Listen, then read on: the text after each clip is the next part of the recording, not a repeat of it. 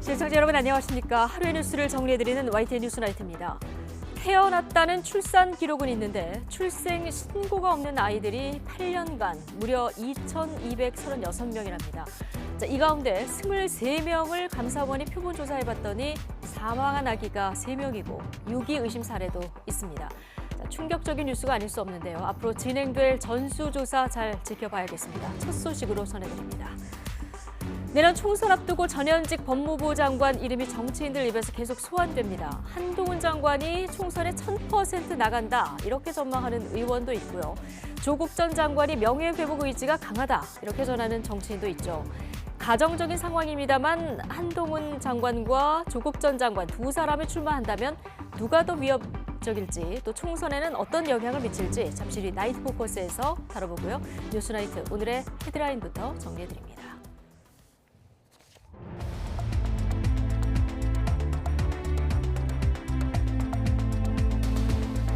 6월 22일 목요일 뉴스나이트 주요 뉴스입니다. 영아 2명을 출산 직후 살해하고 유기한 혐의를 받는 친모에 대한 영장심사가 내일 열립니다. 출산 기록은 있지만 출생 신고는 되지 않은 영유아의 행방이 속속 드러나면서 경기도에서만 5건이 수사 중입니다.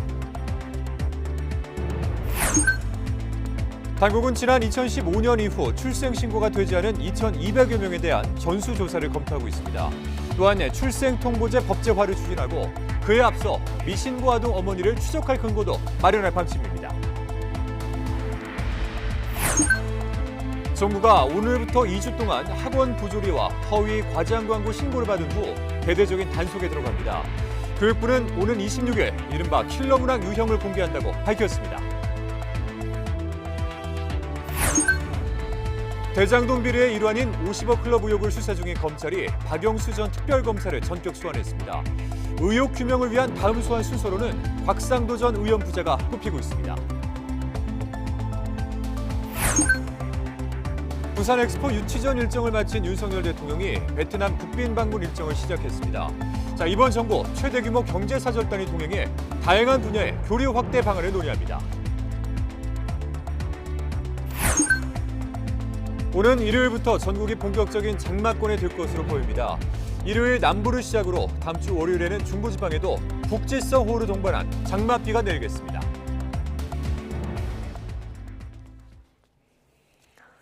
네, 지난 2015년부터 지난해까지 태어난 기록은 있지만 출생 신고가 안 된 아동이 2,000명을 넘는 것으로 조사됐습니다. 감사원이 이 가운데 1%인 23명을 표본 조사했더니 최소 3명이 숨진 것으로 드러났습니다. 보건복지부는 해당 기간 미신고 아동의 안전 여부를 전수조사하기로 했습니다. 박기환 기자의 보도입니다. 경기도 수원에서 영아 2명의 시신이 발견된 가운데 경남 창원에서도 76일 된 영아가 지난해 숨진 것으로 파악됐습니다.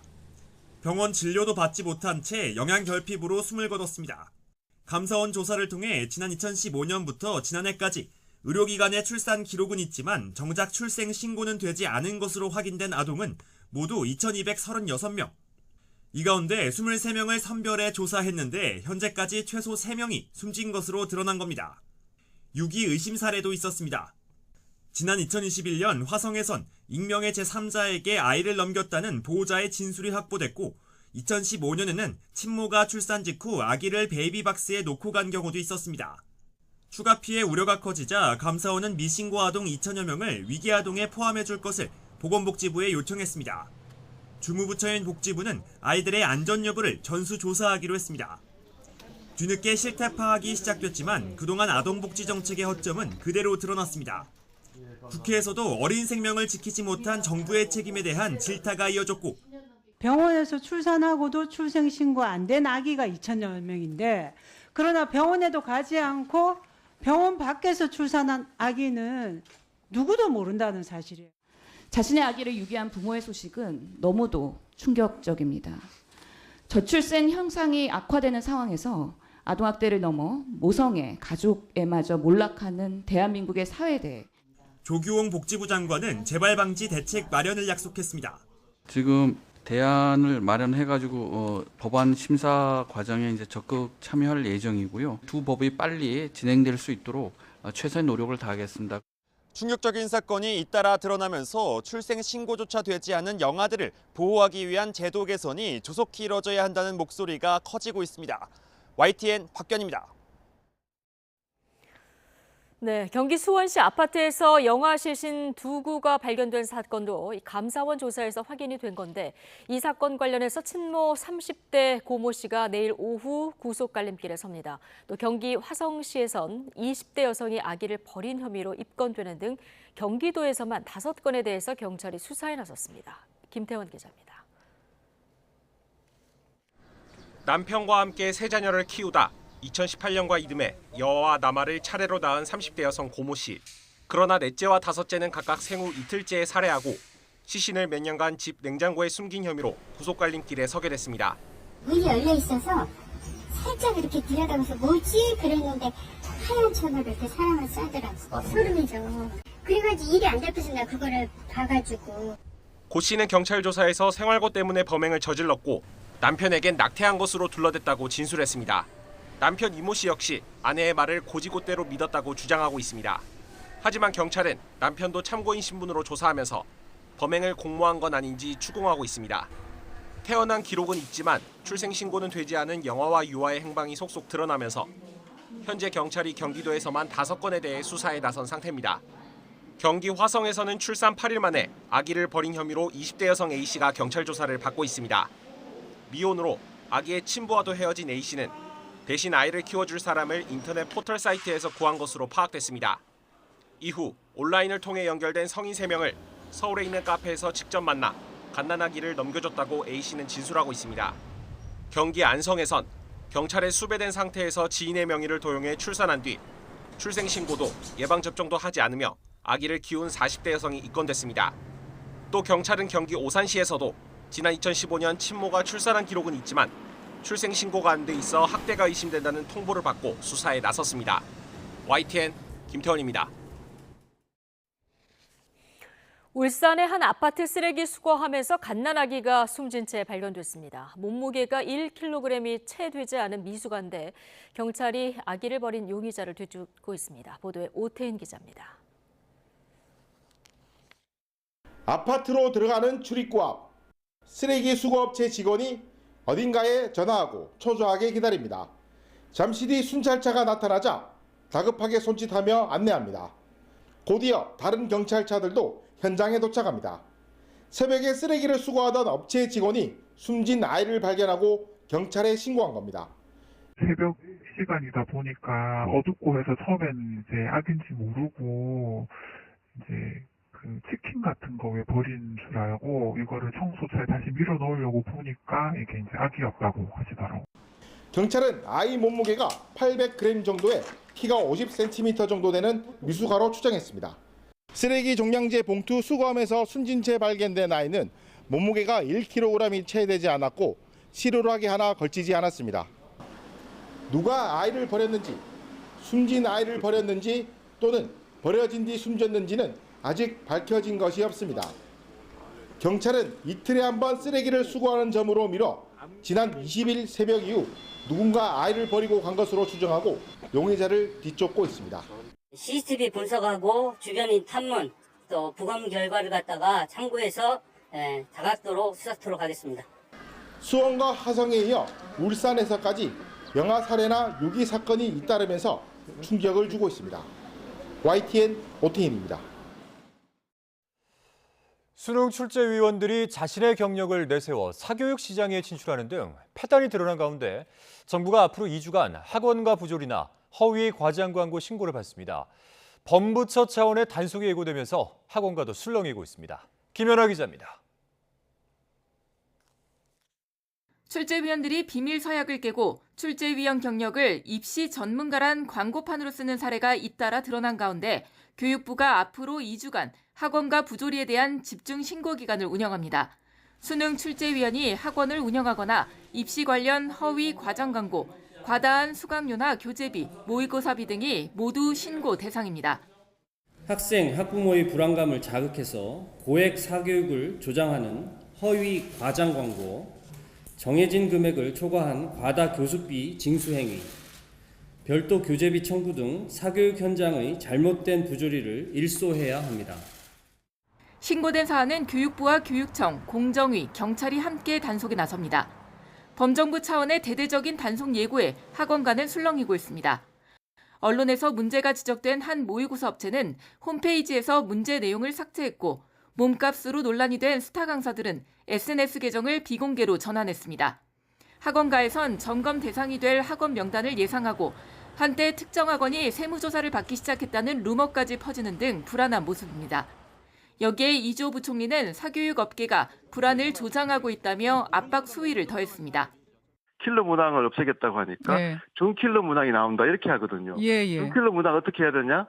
또 학원 가서 배워야 된다. 이렇게 그게 다 학원 전문가들이 나와서 하는 얘기인데 결국은 이런 불안 마케팅을 해가지고 계속 아이들을 받아들이고 아이들을 내몰고 있는 거거든요. 사교육으로. 이 부총리는 수능은 배운 데서 내야 하는 게 원칙이고 킬러 문항 없이도 충분히 변별력 있는 문제를 낼 수 있다며 사교육업계의 불안 마케팅에 강력히 맞서겠다고 경고했습니다. YTN 김현아입니다. 국민의힘이 사교육 이권 카르텔로 인한 왜곡된 교육 현실과 공교육을 정상화하겠다며 당내 특별위원회를 꾸리기로 했습니다. 강민국 수석 대변인은 최고위원회의에서 이달곤 의원을 위원장으로 하는 학교교육과 대학입시 정상화 특별위원회 구성 안건이 의결됐다고 밝혔습니다. 당내 특위는 교육계 전문가들과 함께 사교육 카르텔 혁파와 공정한 대입 정상화, 윤석열 정부가 추진하는 교육개혁 등 현안 전반을 심도 있게 논의할 예정이라고 강 대변인은 설명했습니다. 네, 정부가 공교육에서 다루지 않는 초고난도 문제를 배제한다고 밝힌 가운데 평가원이 9월 모의평가 준비에 착수했습니다. 이른바 킬러 문항이 배제되면서 준킬러 문항에 대한 관심이 쏠리고 있는데 9월 모의평가가 정부가 제시했던 공정한 수능의 시험대가 될 전망입니다. 신지원 기자입니다. 올해 수학능력 시험의 지표가 될 9월 6일 모의평가 준비가 시작됐습니다. 한국교육과정평가원은 최근 현직 교수와 교사 가운데 출제위원과 검토위원 500여 명을 선임했습니다. 위원들은 다음 달부터 학습 생활을 하면서 외부와 차단된 상태로 문제를 출제합니다. 9월 모의평가의 핵심은 최상위권 학생을 가르는 킬러 문항 없이 어떻게 변별력을 유지하느냐는 겁니다. 킬러 문항이 변별력을 위해 있는 거잖아요. 1등급이나 2등급 가르려고. 그런데 그 변별력이 없어지면 사실 1등급이 너무 많아지면 사실 얘가 공부를 진짜 잘하는지 못하는지 분별을 잘 못하잖아요. 결국 변별력을 유지하기 위해서는 준킬러 문항이 늘어날 것이라는 전망입니다. 보통 정답률 10% 미만의 초고난도 문제가 킬러 문항, 정답률 20-30% 수준의 고난도 문제는 준킬러로 통합니다. 최고난도 문항의 난이도를 낮추게 되면 준킬러라고 하는 최고난도 문항은 아니지만 그동안 좀 어렵게 출제됐던 문항들의 난이도도 전반적으로 좀 높여져야만이 변별력을 갖출 수 있는 거잖아요. 발빠른 학원들은 이미 준킬러 문항에 집중하고 있는데 정확한 개념이 없다 보니 수험생의 불안감만 키운다는 지적이 나옵니다. 그러면 준킬러 문항 밑은 뭐예요? 마케팅이나 아니면 과장돼서 표현을 하기 위해서 킬러 문항, 준킬러 문항 뭐 이런 방식의 용어를 쓰게 된 거죠. 결국 9월 모의평가에서야 준킬러 문항이 어느 정도 난도로 얼마나 출제될지 가늠할 수 있을 것으로 보입니다. 정부는 이와 별도로 최근 3년치 수능과 모의평가에 출제된 킬러 문항의 구체적인 사례를 오는 26일 사교육 대책 발표와 함께 공개하겠다고 밝혔습니다. YTN 신지원입니다. 최저임금위원회가 내년 최저임금도 올해와 마찬가지로 단일 적용하기로 결론 내렸습니다. 최저임금위원회는 오늘 7차 전원회의에서 내년도 최저임금을 업종별로 차등 적용할지 표결한 결과 찬성 11표, 반대 15표로 부결됐다고 밝혔습니다. 경영계는 임금 지불 능력이 부족한 업종에 대해서 최저임금을 차등 적용하자고 주장해왔지만 받아들여지지 않은 겁니다. 네, 이번 일요일부터 전국이 장마권에 들겠습니다. 제주도와 남부, 중부가 동시에 장마권에 드는 건 2년 만인데 시작부터 국지성 호우를 동반할 것으로 보입니다. 정혜용 기자입니다. 중국 남부에서 일본 남쪽 해상까지 동서로 길게 비구름이 만들어졌습니다. 장맛비를 뿌리는 정체전선입니다. 먼 남해에 머물던 정체전선이 뒤늦게 북상을 시작합니다. 일요일 오전 제주도까지 북상해 장마가 시작되겠고 오후에는 남부지방, 다음 주 월요일에는 중부지방까지 영향권에 들겠습니다. 제주도부터 시간 간격을 두고 차례대로 장마가 시작되지 않고 전국이 동시에 장마권에 드는 건 2021년 이후 2년 만입니다. 현재 예상대로 장마철이 시작된다면 제주도는 평년보다 6일 늦게, 중부와 남부는 이틀 정도 늦게 시작하게 됩니다. 늦게 시작됐지만 이번 장마도 시작부터 집중호우를 동반할 것으로 보입니다. 일요일에는 제주도와 남해안에, 일요일 밤부터 월요일까지는 중부지방, 그리고 월요일 밤부터 화요일까지는 제주도와 남부지방에 강한 비가 집중되겠습니다. 다음 주 중반 이후 장마전선은 잠시 남해로 물러났다가 주 후반에 다시 북상해 전국에 많은 비를 뿌릴 전망입니다. 기상청은 국지성 호우를 동반한 장마철이 시작됨에 따라 저지대와 농경지 침수, 하천, 계곡 범람, 하수구와 배수구 역류 대비 등 비 피해에 대비해달라고 당부했습니다. YTN 정혜윤입니다.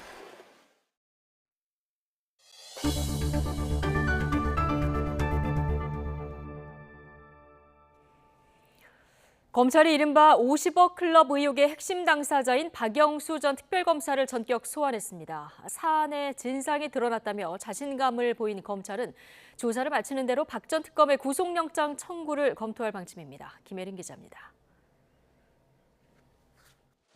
대장동 비리 일환인 50억 클럽 의혹에 연루된 박영수 전 특별검사가 검찰에 비공개 소환됐습니다.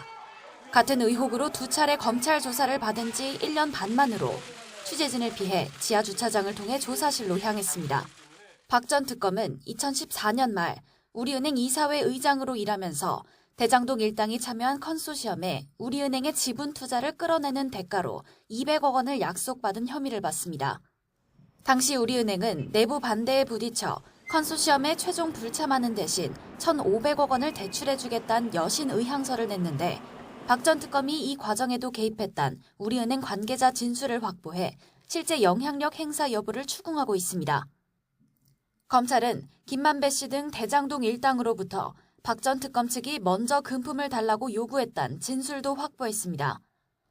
측근인 양재식 변호사가 박 전 특검 대신 대가를 요구한 것으로 보고 2주 연속 소환하기도 했습니다.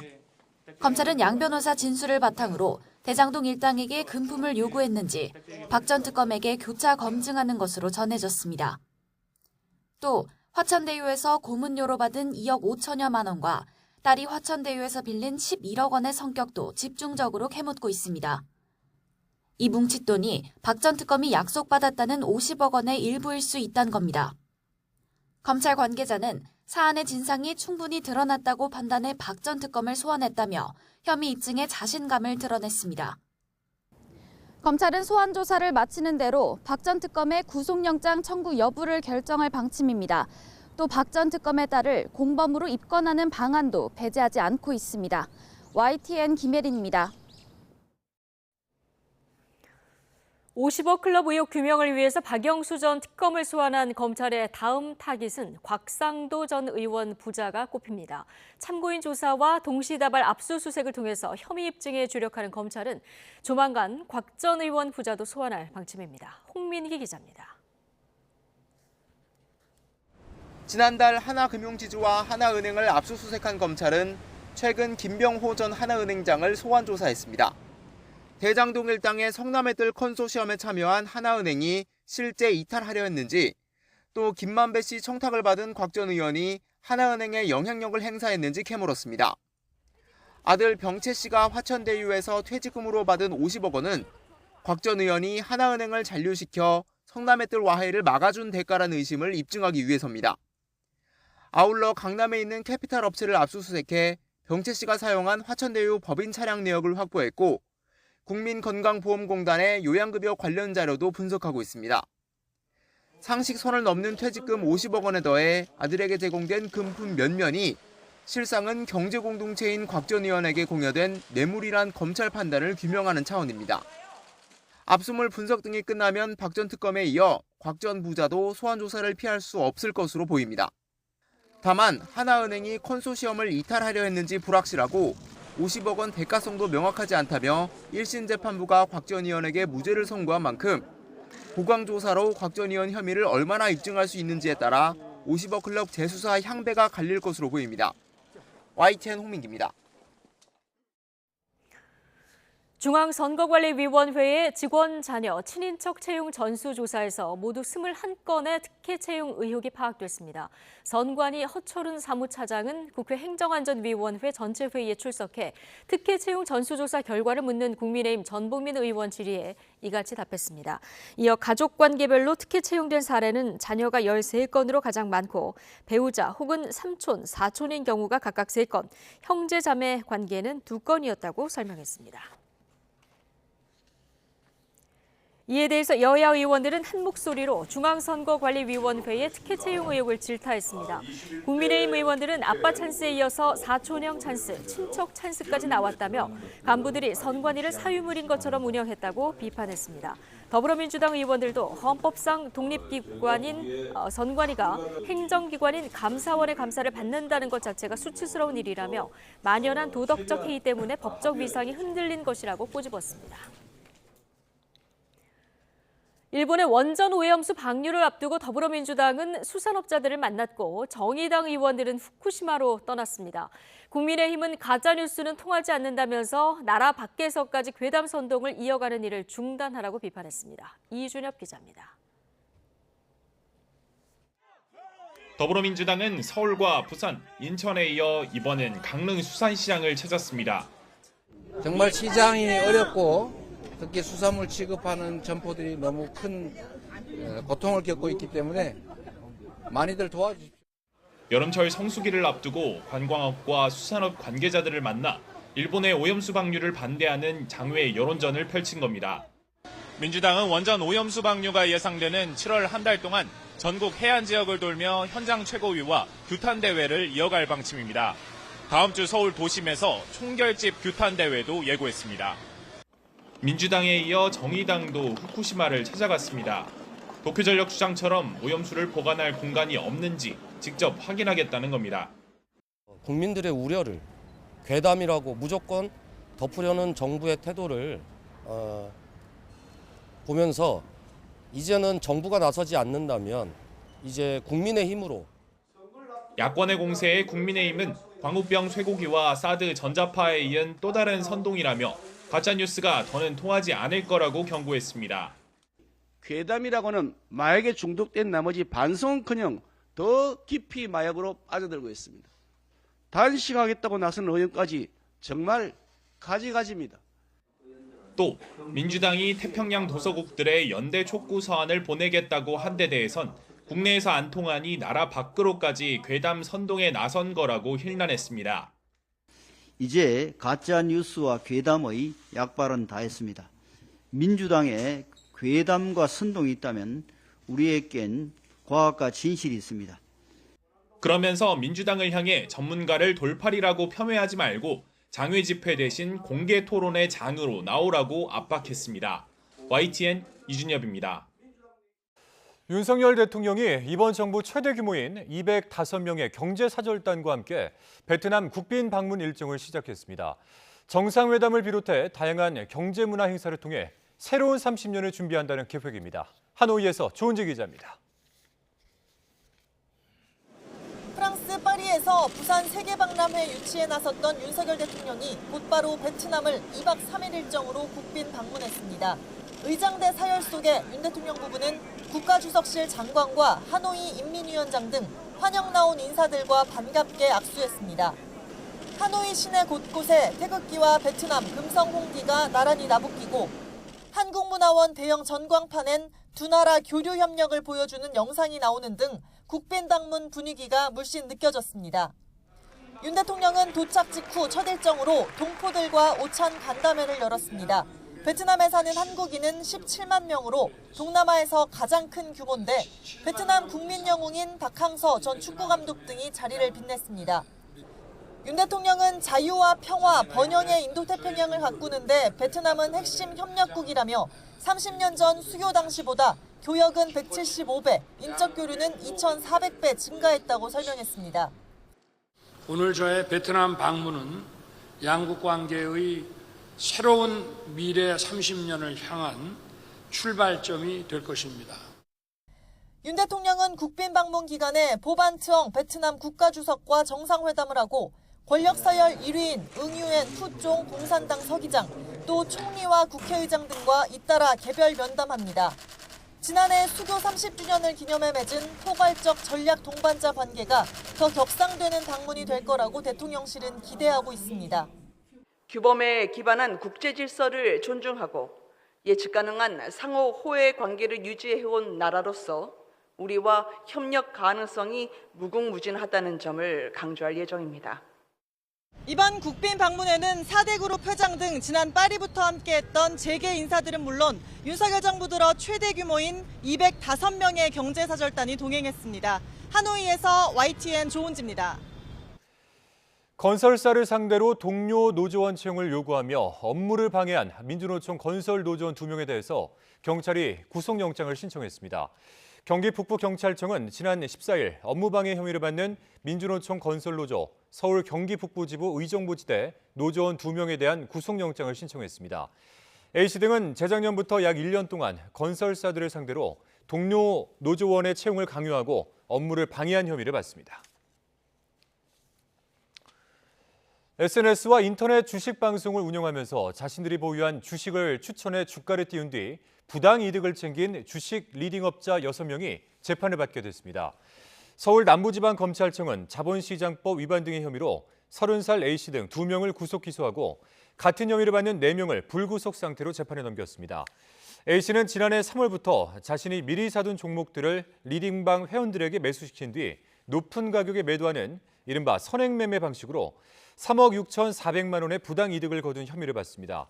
유튜브 주식 방송을 진행하며 55만 명의 구독자를 보유한 54살 B씨 역시 자신이 보유한 5개 종목을 선행 매매하면서 58억 원을 챙긴 것으로 조사됐습니다. 또 여러 주식 전문 TV 방송에 출연했던 37살 C씨는 미인가로 리딩방을 운영하면서 원금을 보장하겠다며 133억 원의 투자금을 유치하고 부당 이득 1억 2천여만 원을 챙긴 것으로 드러났습니다.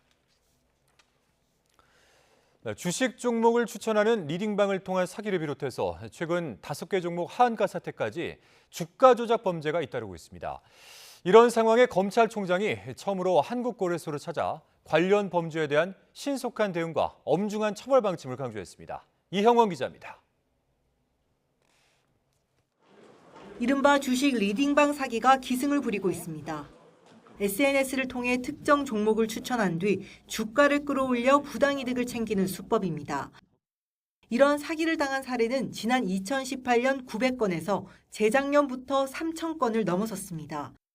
인터넷 활성화로 주식 관련 정보를 제공하는 플랫폼이 늘어난 영향이 큰 것으로 분석됩니다. 최근 5개 종목 하한가 사태도 인터넷 투자 카페가 배후로 지목됐습니다.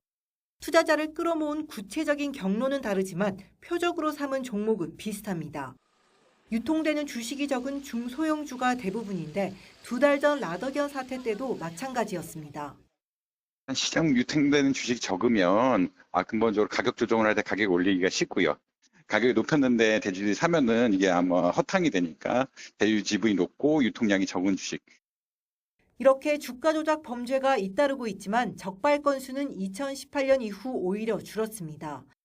이에 대해 금융감독원은 코로나19 유행으로 대면 조사가 힘들어 적발이 어려웠다고 설명했습니다.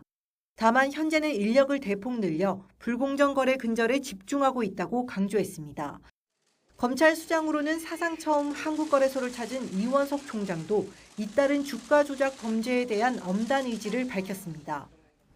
한 번이라도 불공정 거래 행위를 한 경우에는 일벌백계로 다스려 폐가 망신을 한다 하는 그런 인식이 심어질 수 있도록 검찰은 금감원과 금융위원회, 거래소와 협력을 더 강화해 시세 조종 등 불공정 거래 관련 수사에 속도를 낼 방침입니다. YTN 이영훈입니다.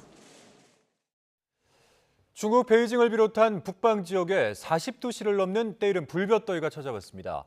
반면 남부 내륙은 국지성 폭우가 잇따르다 보니 북방보다 기온이 10도씨 안팎 낮은 역전 현상이 나타나고 있습니다. 베이징에서 강정규 특파원입니다. 중국의 수도 베이징의 낮 최고 기온이 섭씨 40도를 넘겼습니다. 베이징 북부 교외 기상 관측소는 41.8도까지 찍었습니다. 베이징에 40도 넘는 불볕더위가 찾아온 건 9년 만이고 6월 기온으론 관측 이래 최고치입니다. 베이징 시간은 지금 오후 3시를 조금 넘겼습니다. 가장 뜨거울 때인데요. 지표면이 얼마나 달궈졌는지 한번 측정해 보겠습니다.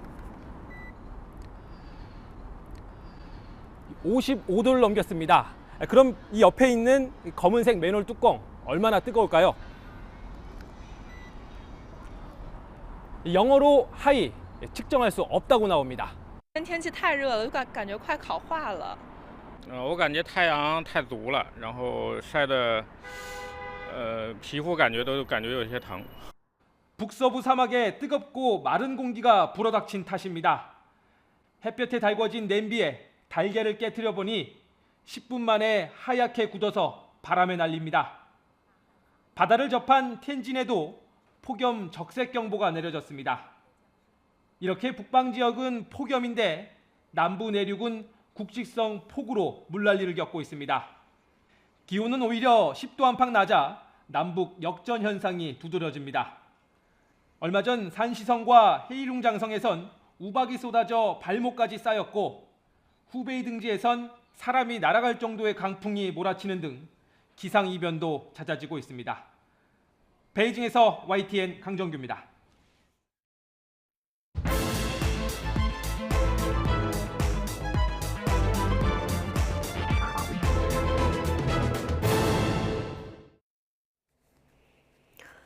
네, 정치권 관심 뉴스들 진단해보는 나이트 포커스. 오늘은 김근식 전 국민의힘 비전전략실장 그리고 김준일 뉴스톱 수석 에디터 두 분 모셨습니다. 어서 오십시오. 안녕하세요. 예, 안녕하십니까. 자, 이낙연 전 대표가 독일 강연 중에 수박 공세를 받은 사실이 뒤늦게 알려져서 논란입니다. 자, 깨진 수박 현수막 들고 해외 강연장에 난입한 사람들 누굽니까? 그러니까 뭐 이재명 대표 이제 팬으로 추정이 되고 있는데 지난 12일에 이제 꽤 시간 지난 거예요. 그러니까 12일에 독일 베를린 자유대학의 강의실에서 이제 강의를 이낙연 전 대표가 하고 있었는데 그때 이제 이제 이재명 대표를 중심으로 지금 중심으로만 보이는데 네. 이재명 대표를 중심으로 해가지고 깨진 수박 그림을 들고 이제 난입을 했다라는 거예요. 예. 그래서 뭐 연세가 좀 있으신 분들이 지금 들어온 것 같습니다. 뭐 한 70대, 뭐 60대 뭐 이 정도 되시는 분들인 것 같은데 아무래도 뭐 이재명 대표를 지지하는 강성 지지자들인 것 같고 이재명 대표를 왜 괴롭히냐 그리고 윤석열 대통령에 대해서는 왜 비판을 안 하냐 욕은 안 하냐 뭐 이런 식의 이제 얘기를 했다라고 합니다. 그래서 그날 이제 이낙연 전 대표는 내가 지금 강연하는 내용이 윤석열 정부를 네. 비판하는 거다 이렇게 좀 점잖게 대응을 했다라고 해요. 그래서 좀 우려스럽다 뭐 이런 말씀을 드리겠습니다. 네. 이게 그러니까 팬덤 정치고 팬이라는 뜻이 영어의 기원을 보면은 이게 퍼네티컬 해가지고 열광적인 광신적인 이런 거에서 이제 팬이 나온 거거든요. 그래서 퍼네틱 하면은 이게 이제 광신도를 또 뜻하는 영어 단어고 그래서 이게 한 끗 차이인데 네. 이게 굳이 저기까지 가서 저렇게 해야 되나 이런 생각이 좀 들고 조금 자제를 하셨으면 좋겠다는 생각이 듭니다. 이 독일 베를린인데요. 국내에서 간 건 아니고 해외에 계신 강성 지지층인 겁니까? 그러겠죠. 설마 여기서 날아갔겠습니까? 예. 그러니까 만약 여기서 가신 분이라면 개딸이라고 했겠지 해외 개딸이라고는 안 했겠죠. 그러니까 아마 독일에 거주하시는 분들 중에 이재명 대표를 지지하고 이재명 대표가 민주당의 중심이 되어야 된다고 생각하시는 분들이 아마 자신의 정치적 견해를 좀 강력하게 표명한 것 같은데 뭐 어느 조직이나 또 어느 정당이나 자유롭게 의사개진할 수 있다고 생각합니다. 근데 왜 저 개딸이라고 하시는 분들의 저런 과격한 행동이 문제가 되고 또 김준일 수석 에디터께서도 우려를 표명하는 이유는 제가 볼 때 두 가지입니다. 하나는 이 민주주의의 기본이라는 것은 자기와 의견과 생각이 다른 사람을 존중하는 것이 민주주의의 기본 아니겠습니까? 네. 내가 네 의견에 동의하지 않지만 네가 그 말을 할 수 있는 자유는 내가 목숨을 걸고 지켜주겠다는 유명한 이 톨레랑스의 정신이 바로 민주주의를 가져오는 것인데 저분들은 민주당이라는 하나의 정당 내에서도 자기와 다른 의견들을 억압하는 거예요. 자기와 다른 생각, 다른 의견, 다른 정치적 주장을 왜 억압을 합니까? 토론을 하고 서로 존중을 해야 되는데 거의 억압적인 방식으로 하기 때문에 문제고요. 두 번째로는 그 어느 정당 내에 비주류, 소수가 이렇게 의견을 내는 건 그나마 또 이게 표출이 되는 것도 저는 정상적이라고 봅니다. 근데 이분들은 소수 비주류가 아니라 이재명 대표, 현직 당대표의 당권을 장악하고 있는 그 세력을 비유하는 홍위병 역할을 하는 거예요. 마오쩌둥이 홍위병 세워서 그 보수 반동분자들 처벌하듯이. 그러니까 권력의 줄을 대서 권력을 비유하기 위한 홍위병 역할을 한다는 점에서 굉장히 제가 볼 때는 악랄한 거죠. 네. 저는 그 두 가지 면에서 저는 민주당 내에서도 우려를 표명하는 거라고 생각하고 민주주의를 위해서 전혀 좋지 않은 행동이라고 생각합니다. 네. 자, 그런데 이재명 대표가 수박 표현 쓰지 말라 여러 차례 이렇게 얘기하지 않았습니까? 그런데 지금 이렇게 꿈쩍도 안 하고 계속 이게 반복되는 이유는 어떻게 보십니까? 일단 뭐 저분들이 이재명 대표의 지시를 반드시 따라야 될 이유가 없다라고 봐요. 그러니까 뭐 저분들은 당원인지 아닌지 모르겠으나 본인들의 의사 표현을 하는 거고, 근데 다만 저렇게 하면은 이재명 대표가 더 공경에 빠질 수 있다. 이 정도의 이제 생각을 좀 하셨으면 좋겠다라는 거고. 이게 그러니까 이게 세계관을 좀 이해를 해야 돼요. 이게 뭐냐면은 세계관을 저 왜 저렇게 하시느냐, 저분들이. 그러니까 쉽게 얘기를 하면은 일종의 이제 반독재 투쟁을 계속하고 있는 거예요. 무슨 얘기냐면은 지금 윤석열 정부가 지금 굉장히 잘못하고 있고, 이게 일종의 이제 유사 독재로 흐르고 있고, 여기에 가장 잘 맞서서 싸울 수 있는 사람은 이재명이란 정치인이고, 그렇기 때문에 이재명에 대해서 반대하는 것은 일종의 독재 정권에 협력하는 거다, 부역하는 거다. 그런데 가장 강한 정적이 이낙연 대표다. 뭐 이렇게 하고, 그것도 이제 최근에 있었던 일련의 뭐 비명계의 어떤 이재명 대표에 대한 공격이 이낙연 대표가 배후에 있다. 뭐 이렇게 이제 보시는 분들이 있는 거죠. 그러니까 이거를 그러니까 반드시 뭐 저쪽의 의사를 뭐 내가 듣지 않고 그런 게 아니라 독립운동하는 심령으로 저분들은 하신다라는 거예요. 이분들 세계관 속에는 그런 게 있어요. 저는 동의를 한다라는 게 아니라 이런 세계관을 가지고 있다라는 걸 좀 이해를 하셔야 돼요. 왜 이렇게 열광적으로 저렇게 하느냐, 이렇게 극성스럽게 하느냐라고 한다라면은, 제가 예전에 광화문에 이를테면 태극기 집회 나오시는 분들을 만나서 한번 얘기를 들어봤거든요. 그분들은 문재인 정부 때 공산화가 돼서 빨갱이가 천지가 될까봐 내가 진짜 나라를 구하는 심정으로 나오신다라는 겁니다. 그러니까 비슷한 맥락이에요, 이게. 그러니까 지금. 그래서 뭐 그런 생각을 가지신 분들에 대해서는 뭐 존중은 합니다만은, 이게 그러니까 공격적으로 뭔가가 됐을 때 굉장히 이재명 대표에게도 당에게도 해가 될 수 있다. 이런 것들을 조금 유념을 좀 하셨으면 좋겠습니다. 오히려 이게 이재명 대표 민주당에는 도움이 되지 않을 수 있다는 점을 좀 유념해 주시면 좋겠다라는 말씀해 주셨는데, 지금 일부 개딸들 사이에서는 이낙연 전 대표가 이제 24일에 귀국하지 않습니까? 인천공항에 가서 계란 투척하자 이런 움직임도 뭐 있다 이렇게 전해지고 있는데, 뭔가 민주당 차원에서 어떤 조치가 필요하지 않을까요? 글쎄요, 이재명 대표가 뭐 그동안 또 몇 번은 공개적으로 그게 뭐 진심인지 아닌지 모르겠습니다만 수박이란 단어 쓰지 마라, 싸우지 마라, 억압적인 언사를 하지 마라라고 이야기는 했죠. 그러나 이제 그런 것들에도 불구하고 계속 좀 개딸이라고 하는 분들의 과격한 행태가 지속되고 있기 때문에 저는 이걸 민주당 내에서 막을 수 있는 건 저는 이재명 대표뿐이라고 생각해요. 왜냐하면 아까 제가 말씀드린 문화혁명 때 마오쩌둥과 이 홍위병이라는 관계는 마오쩌둥이 중단하라고 지시를 하기 전에는 사실 중단되지 않습니다. 근데 중단하라고 제가 전해드린 것만 해도 여러 차례인 것 같거든요. 중단하라고 말할 때는 그렇고, 그렇지만 이재명 대표의 행보나 이재명 대표의 속마음은 이분들은 또 딸리 또 해석을 하는 거예요. 말은 그렇게 하지만 사실은 다른 신호를 보내고 있다. 속으로는 그렇게 생각하지 않을 것이라는 그들만의 해석을 가지고 또 하는 거거든요. 왜냐하면 지금 이재명 대표로 가까운 친명계로 분류되는 사람들이 내년 총선을 노리고 사실은 이른바 수박으로 불리는 지역구에 가가지고 이 개딸들과 연합해서 개딸들의 지지를 등에 업고 지금 운동을 하고 있는 모습도 보이잖아요. 그렇다면 그분들은 이재명 대표 속내가 수박들과 같은 편이라는 생각을 하고 있는 전제 하에서 총선을 준비하는 거 아닙니까? 그러니까 누가 봐도 말은 그렇게 하지만 속마음은 그렇지 않을 것이라는 생각을 그분들은 하고 있는 거예요. 저는 그래서 아까 독립운동하는 심정이라고 이야기를 하셨는데, 정말 그 아스팔트 우파라고 하는 태극기 부대라고 하신 분들은 정말 나라를 구하는 심정으로 하고 있는 걸 제일 잘합니다. 그러나 전 개딸들 저분들이 어떤 심정을 하는지 모르겠습니다만, 독립운동하는 심정에 자기만의 어떤 인식이 있겠지만 저는 또 다른 생각이 어떻게 되냐면, 어떤 다른 어떤 정치적인 집중 조명을 받는 부분이 지금 제가 볼 때 좀 과잉되는 측면이 있잖아요. 저분들이 갖고 있는 전체적인 숫자나 비중에 비해서 계속 이 훌륭한 YTN에서도 계속 다루고 있고 모든 방송에서 계속 다루고 뉴스가 되니까 집중 조명되면서 이것들이 관심이 더 커지는 것들에 대해서 저는 즐기는 측면도 있다고 봐요, 심리적으로. 그래요? 저는 그래서 사실 저분들은 제 개인적인 생각은 무시가 최선의 방식입니다. 개무시를 하는 게 저는 제일 좋은 방법이라고 생각합니다. 예, 그런데 저희가 이렇게 또 다루고 있네요. 네, 어쨌든 이재명 대표가 그만둬라 이렇게 얘기했지만 이분들은 속뜻은 그게 아닐 것이다 이렇게 예. 해석할 수도 있다 얘기를 해줬는데 내년 총선 출마를 준비하는 친명계 인사들이요. 그 비명계 의원들 지역구에 가서 이제 수박을 먹는 어떤 그런 사진을 SNS에 올리는 일들이 좀 있거든요. 같은 맥락으로 좀 볼 수 있을까요? 그러니까 이게 조금 문제가 있어. 그러니까 문제가 있다는 게 뭐냐면은 네. 그러니까 정치적 맥락을 좀 이해를 해야 됩니다. 그러니까 지난번에 2020년 총선에서 민주당이 본인의 어떤 실력보다 너무 많이 수도권에서 의석을 가져갔어요. 그래서 지금 국민의힘 계열이 이제 보수정당 가져간 게 아마 제가 알기로 18석 정도 이제 가져갔고 네. 나머지를 다 민주당이 가져갔습니다.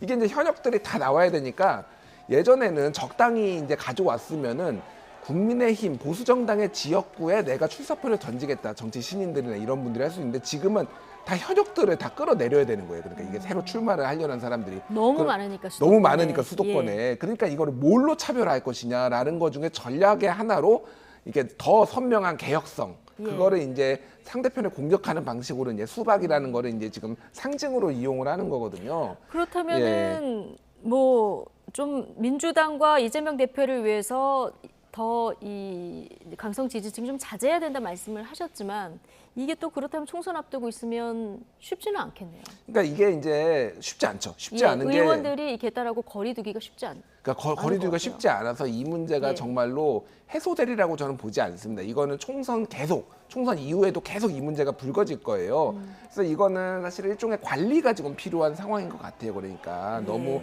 과도하게 이제 뭐 돌발 상황으로 노출되거나 뭐 이런 것들은 조금 관리를 할 수 있는 그런 정도의 리더십이 있느냐라는 거고. 그래서 아까 전에 뭐 말씀하셨지만은 이재명 대표 입장에서도 이거를 자제시키고 안 시키고의 문제가 아니라 아예 컨트롤이 좀 불가능한 상황까지 와버렸어요. 그러니까 뭐 일종의 진짜 괴물이 돼버렸다. 저는 이런 생각도 들어요. 이거에 대한 이런 방식들이 좀 폭력적이 됐을 때는 그래서 이거를 이제 좀 해소하는 방법 중에 하나가 저는 사실은 비명계가 오히려 이 좀 진솔하게 저 분들하고 대화를 해서 좀 환하게 푸는 방법도 있고.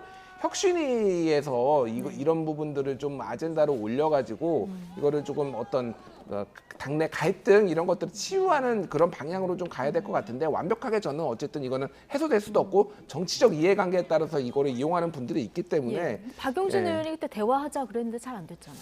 박용진 의원은 건 수박 오브 왕수박으로 찍혀 있어가지고 그래서 어려운 겁니까? 쉽지가 않을 것 같은데 어쨌든 그런 노력들이 있고 그거를 조금 비명계 중심에서도 좀 할 필요는 있겠다. 그러니까 이재명을 무조건 끌어내려고 하는 게 아니고 이런 민주적인 절차들 이런 것들이 중요하다라는 것들을 조금 어떤 장을 좀 혁신이나 이런 데서 좀 만들어줘가지고 이거를 갈등을 조금 완화하는 것들은 좀 필요하지 않을까 그렇게 보여요. 예. 자, 이낙연 전 대표 오는 토요일에 내년 4월 총선을 9개월 앞두고 이제 복귀를 하게 되는 건데요. 당 내부도 지금 술렁이고 있습니다. 관련 발언 듣고 오시죠. 큰 사단이 날 것 같습니다. 연착륙이고 뭐고 간에 큰 어른으로서 지금 우리나라가 처한 여러 가지 문제점들에 대해 가지고 그 높은 식견, 큰 안목으로 이렇게 화두를 제시해 주시는 그런 역할을 해주시는 게 나을 것 같고 가급적 현실적인 치에는 관여를 하시지 않는 게 좋을 것 같다. 그리고 저 낙향을 좀 당분간 좀 하셔서 외국에 있었는데 또 낙향. 좀 가혹하지만 그렇게라도 좀 하셔야지. 당의 상임 고문을 현재 맡고 계셔서 민주당이 나아갈 방향에 대해서 다양한 의견들을 잘 들으시고 2024년 총선 승리에 큰 기여를 하실 것이다. 그런 생각을 하고요. 본인의 정치적 선택과 결정이 정말 국민들의 삶과 미래 그리고 민주당의 미래 그리고 민주당이 추구하고자 하는 여러 가지 가치들을 실현하는데 도움이 될 것인가 말 것인가를 잘 판단할 것이다. 지금까지 해외에 있다 들어오는 건데 지금 조응천 의원이 낙향을 권했어요. 어떻게 보십니까? 그러니까 친명 비명의 갈등은 사실은 어제 오늘의 일이 아니잖아요. 그리고 결과적으로는 친명 비명의 갈등 크게 두 가지 아닙니까? 하나는 지금 현재 당대표인 이재명 대표의 사법 리스크를 어떻게 처리할 것인가에 대한 해법을 놓고 갈등이 시작된 거고, 두 번째는 그게 결국 발전하다 보면 내년 총선을 어떤 노선과 어떤 모양새, 어떤 혁신의 방향으로 치를 것인가에 대한 문제입니다. 이 두 가지가 부딪히는 게 친명 비명인데, 사실 이낙연 전 대표의 귀국이라는 것은 그런 친명 비명에서 비명의 좌장 또는 비명의 핵심 구심점으로 이낙연 전 대표가 이렇게 자리매김되는 건 저는 아니라고 생각합니다.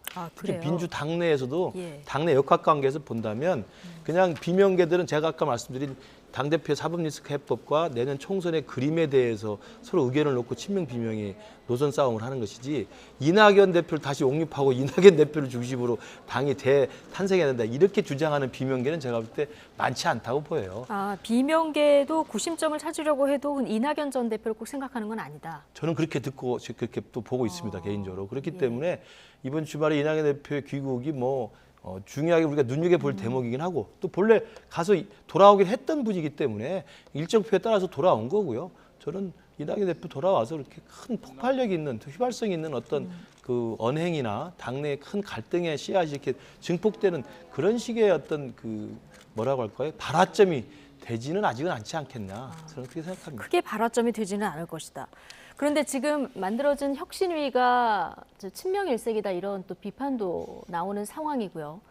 여기에 이제 비명계 불만들은 또 끌어오르고 있는 이런 상황이지 않습니까? 지금 이 시점에 이낙연 전 대표가 들어오면 자연스럽게 어떤 구심점이 돼서 어떤 등판의 길이 열리는 거 아니냐 이런 분석도 있거든요. 그러니까 아까 김근식 교수님 말씀하셨는데 비명 이퀄 친낙은 아닙니다. 그러니까 그렇죠. 비명 중에 일부에 이제 친낙계가 있는 거고, 박용진 의원 예를 들면 조홍천 의원 이런 분들은 그냥 독립 개체예요. 그러니까 그냥 각자 움직이는데 이재명 대표 시스템으로는 안 되겠다, 아니면 이런 방탄정당 이미지로는 안 되겠다, 이런 거를 이제 생각을 하는 거니까 이낙연 대표가 빠른 시간 안에 구심점이 되기는 힘든데, 문제는 그렇게 생각하시는 분들이 많다라는 거. 아까 얘기했듯이 베를린까지 찾아가가지고 모든 거에 이 배후에는 이낙연이 있다라고 생각을 하고 그렇게 되면은 이게 그러니까 현실이 돼버릴 수도 있다라는 거죠. 근데 갈등의 이제 중심에 설 수도 있고, 그래서 낙향을 하라는 거는 저는 너무 가혹하다, 사실은. 아니 어디에 가 있으면은 숨만 쉬어도 뭐라고 할 거예요, 사실은. 그런 식으로 하면은 그렇게 이게 현안이 해결되지는 않을 거라고 보고, 이제 어떤 일을 할 것인가에 대해서 이제 어쨌든 민주당의 입장에서는 윤석열 정부의 어떤 실정에 어떻게 이제 맞서고 대안을 제시할 것인가에 대해서 당의 어떤 원로로서 이제 좀 그런 것도 활동을 하시는 게 맞는 것 같습니다. 네. 일단 들어오시면 정치적 메시지는 좀 지양하고 북콘서트라든가 아니면 강연 위주로 활동을 한다고 합니다. 24일 토요일에 귀국하니까요. 이후 행보를 좀 지켜보도록 하고요. 국민의힘 얘기 좀 해보죠. 자, 국민의힘이 오늘 사고 당협 40곳 중에서 36곳에 대한 조직위원장 공모에 착수했습니다. 이제 사고 당협이라고 하면은 당협을 이끄는 위원장이 없는 곳을 얘기하는 건데요. 4군데는 제외를 했어요. 지금 보시면 윤리위 징계로 지금 당원권 정지 상태인 이준석 전 대표가 관리하고 있었던 서울 노원병, 그리고 태영호 의원도 역시 징계 중이죠. 서울 강남갑. 그리고 지금 수사선상에 올라 있는 2분. 이 4군데는 지금 제외하고 36곳에 대한 공모가 이루어지는 거죠? 그렇죠. 예. 그러니까 40곳 사고 당협에서 저 4곳을 보류하고 나머지 36곳은 이제 절차에 따라서 공고하고 접수 받아서 이제 아마 공모 절차 신청해서 좀 면접하고 그래서 평가해가지고 아마 조직위원장을 선정을 할 겁니다. 왜냐하면 지금 총선이 내년이기 때문에 당협을 비워놓을 수는 없는 것이죠. 그다음에 지난해 2022년 11월 달인가 한번 사고 당협을 한번 정리를 해서 그 지역위원장을 선정을 했습니다만 그때도 상당히 많이 남겨놨었어요. 적절한 인사가 없었기 때문에. 그래서 이번에는 아마 채우는 것을 목표로 할 거로 보입니다. 그리고 이제 총선이 임박했기 때문에 이번에 지역위원장에 이제 선출이 되는 분들은 상대적으로는 이제 내년 공천에 중요한 고지를 좀 점화할 수 있는 거라고 생각이 든다고 보고요. 저 4곳은 잘 아시는 것처럼 이준석 대표의 노원병과 태영호 의원의 강남갑은 이게 당원권 정지가 일시적으로 돼 있기 때문에 내년 총선 공천 이전에 당원권 정지가 풀리는 사람들입니다. 그러니까 여기를 비워놓을 수밖에 없는 거죠. 논리적으로. 그분들이 다시 돌아와서 자격이 회복될 수밖에 없기 때문에. 여기는 이제 보류를. 그렇죠. 보류가 돼 있는 거고 황보승 의원 지역구하고 한영재 의원 지역구는 지금 수사를 받거나 지금 재판이 진행 중인 거기 때문에 무죄 추정 원칙에 따라서 또 현역 의원이고 지금 둘 분 다 그렇기 때문에 여기는 일단 재판 결과 사법적 절차를 지켜본다. 그리고 또 현역 의원이 우리 당 소속으로 있었던 분이기 때문에 거기에 또 우리 당의 당협위원장을 새로 선출한다는 것은 일종의 보면 좀 예의가 아닌 거죠. 그래서 아마 조금 더 지켜보겠다는 보류의 의미로 우리가 해석을 해야 될 것 같습니다. 예. 지금 여당 지도부가 사고 당협 중에서 이렇게 4곳을 공모 대상에서 제외한 것을 두고 뭐 정치권에서 다양한 목소리들이 나오더라고요. 듣고 오시겠습니다. 보통 비워둘 때는 두 가지 이유입니다. 예. 하나는 아무도 지원하는 사람이 없을 때 워낙에 당선 확률이 떨어지다 보니까요. 그리고 또 하나는 이제 전략 공천의 가능성. 그러니까 어느 정도 그 지역에서 경쟁력이 있는 사람을 아껴둔다고 할까요? 네. 그렇게 적절한 시기를 보는 전략적인 선택 이 두 가지인데요.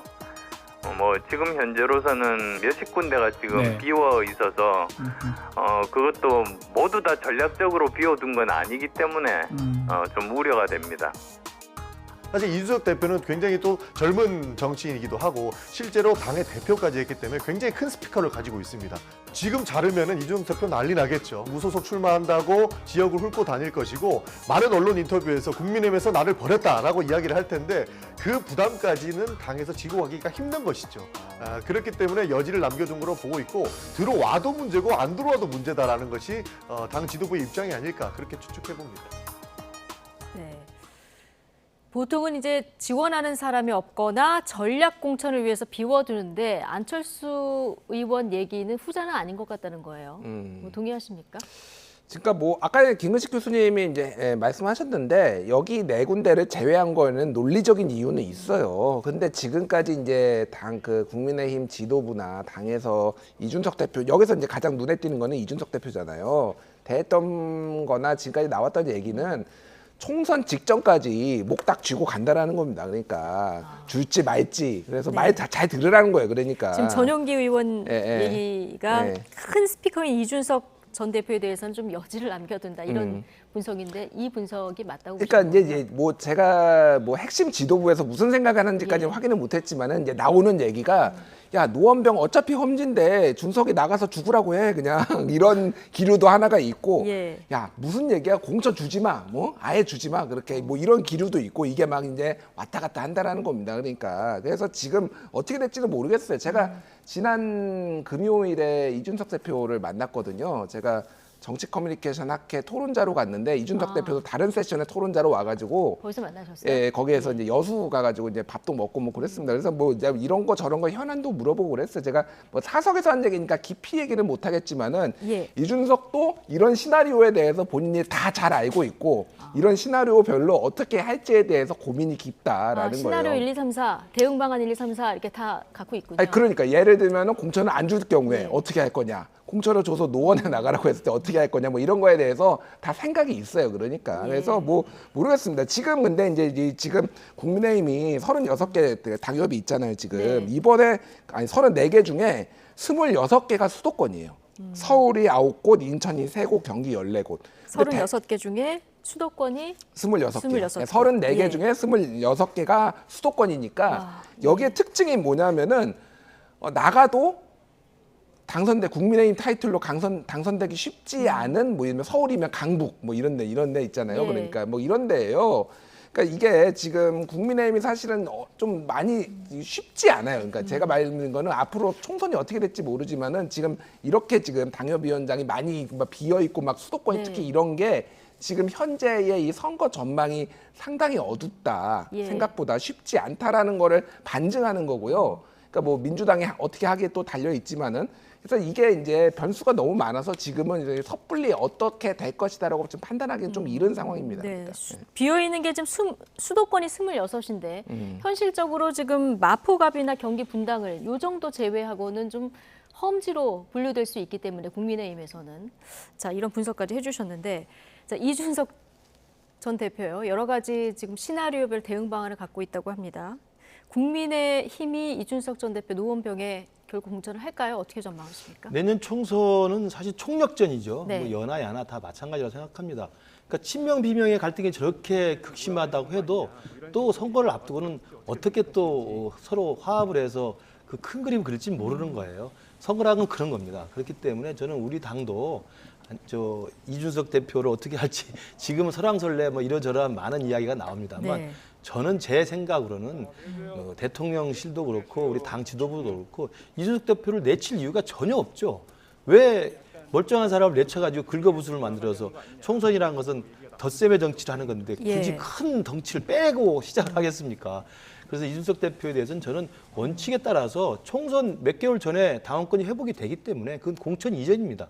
그러면 충분히 저는 노원병 지금 당협위원장직을 수행했던 분이고 네. 노원병 당협위원장이 지금 공석이기 때문에 저는 이준석 대표는 저는 순리에 따라서 본다면 자연스러운 방식으로 노원병의 공천을 받아서 열심히 싸워서 몇 번 나가서 계속 떨어졌습니다만 열심히 당을 위해서 헌신하는 모습을 보여주는 것이 저는 맞다고 보고요. 네. 일부러 제낄 필요가 뭐가 있겠습니까?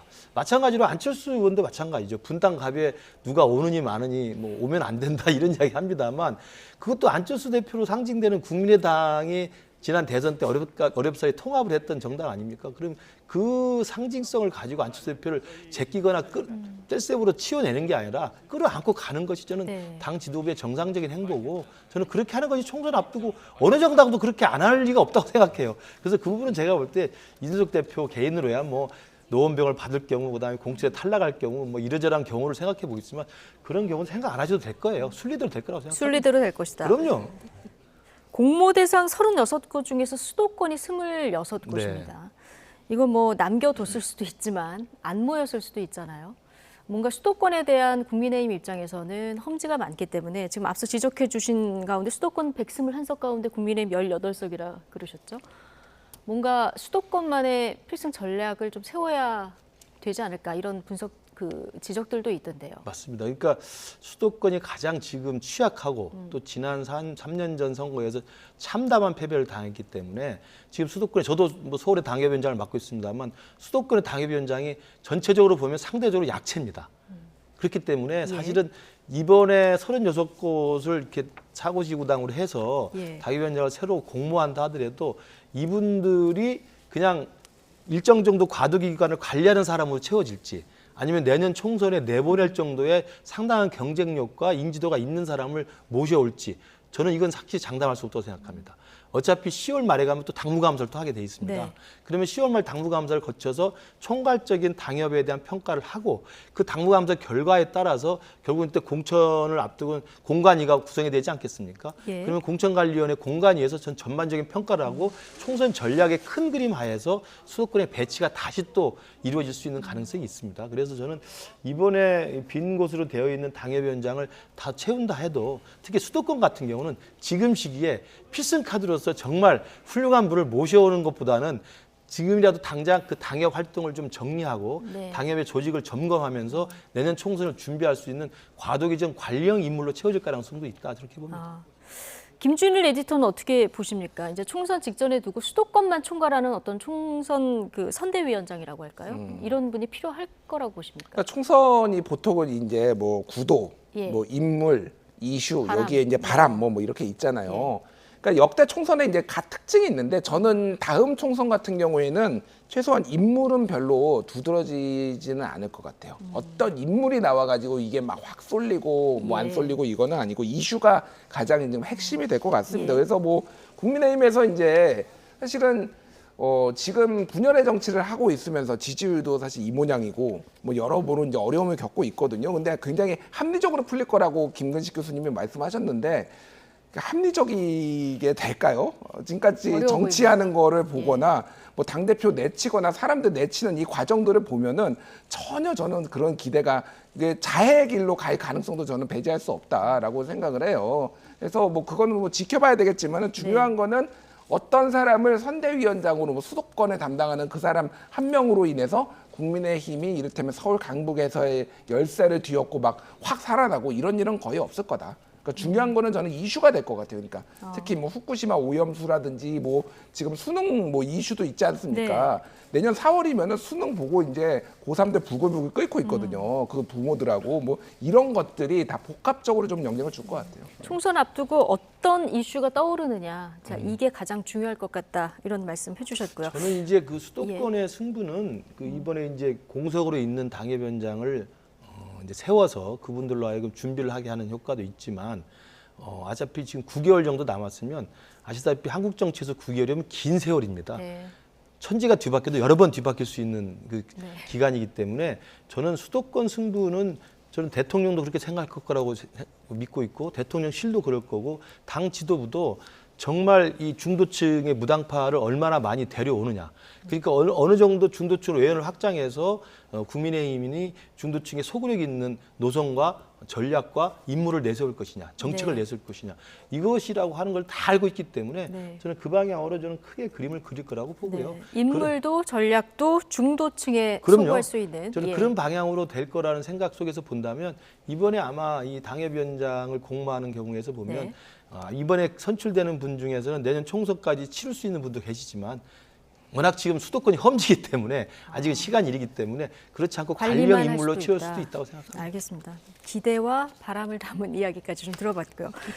총선 앞두고 계속 거론되는 두 분이 있습니다. 전현직 법무부 장관이 계속 또 소환이 되는데 먼저 한동훈 법무부 장관에 대해서 오늘 조응천 의원이 지난번에 이제 100%다 얘기했는데 1000% 출마한다 이렇게 얘기했거든요. 오늘 김종인 전 비대위원장도 사실은 정치 말고는 할 일이 별로 없을 것이다 이렇게 이야기를 했는데요. 그 현실적으로 지금 한동훈 법무장관의 이제 행보를 보면 그렇게 갈 수밖에 없는 구조가 돼 있는 것 같아요. 왜냐하면 법무부 장관을 5년 내내 할 수는 없지 않겠습니까? 네. 그렇다고 정부에서 계속 장관을 돌아가면서 다른 걸 할 수 있는 것도 아니고 그렇다면 일정 정도 국무위원을 하다가 이제 그만두게 되면 사실은 정치 말고 어떤 것을 할 수 있을지는 사실은 뾰족한 수가 없죠. 네. 그렇다 보면 정치로 소환될 가능성이 일단 높은 구조가 돼버렸습니다. 예. 한동훈 장관이 싫든 원튼 원치 않든 간에. 그래서 저는 그 분석은 맞다고 보는데 다만 정치로 소환될 가능성이 클 수밖에 없는데 정치에 참여하는 방식은 저는 굉장히 많은 변수가 있다고 봐요. 첫 번째는 대통령의 허락이 있어야 됩니다. 예. 지금 국무장관, 현직 법무장관이 국무위원이기 때문에 대통령이 좀 더 일을 해라.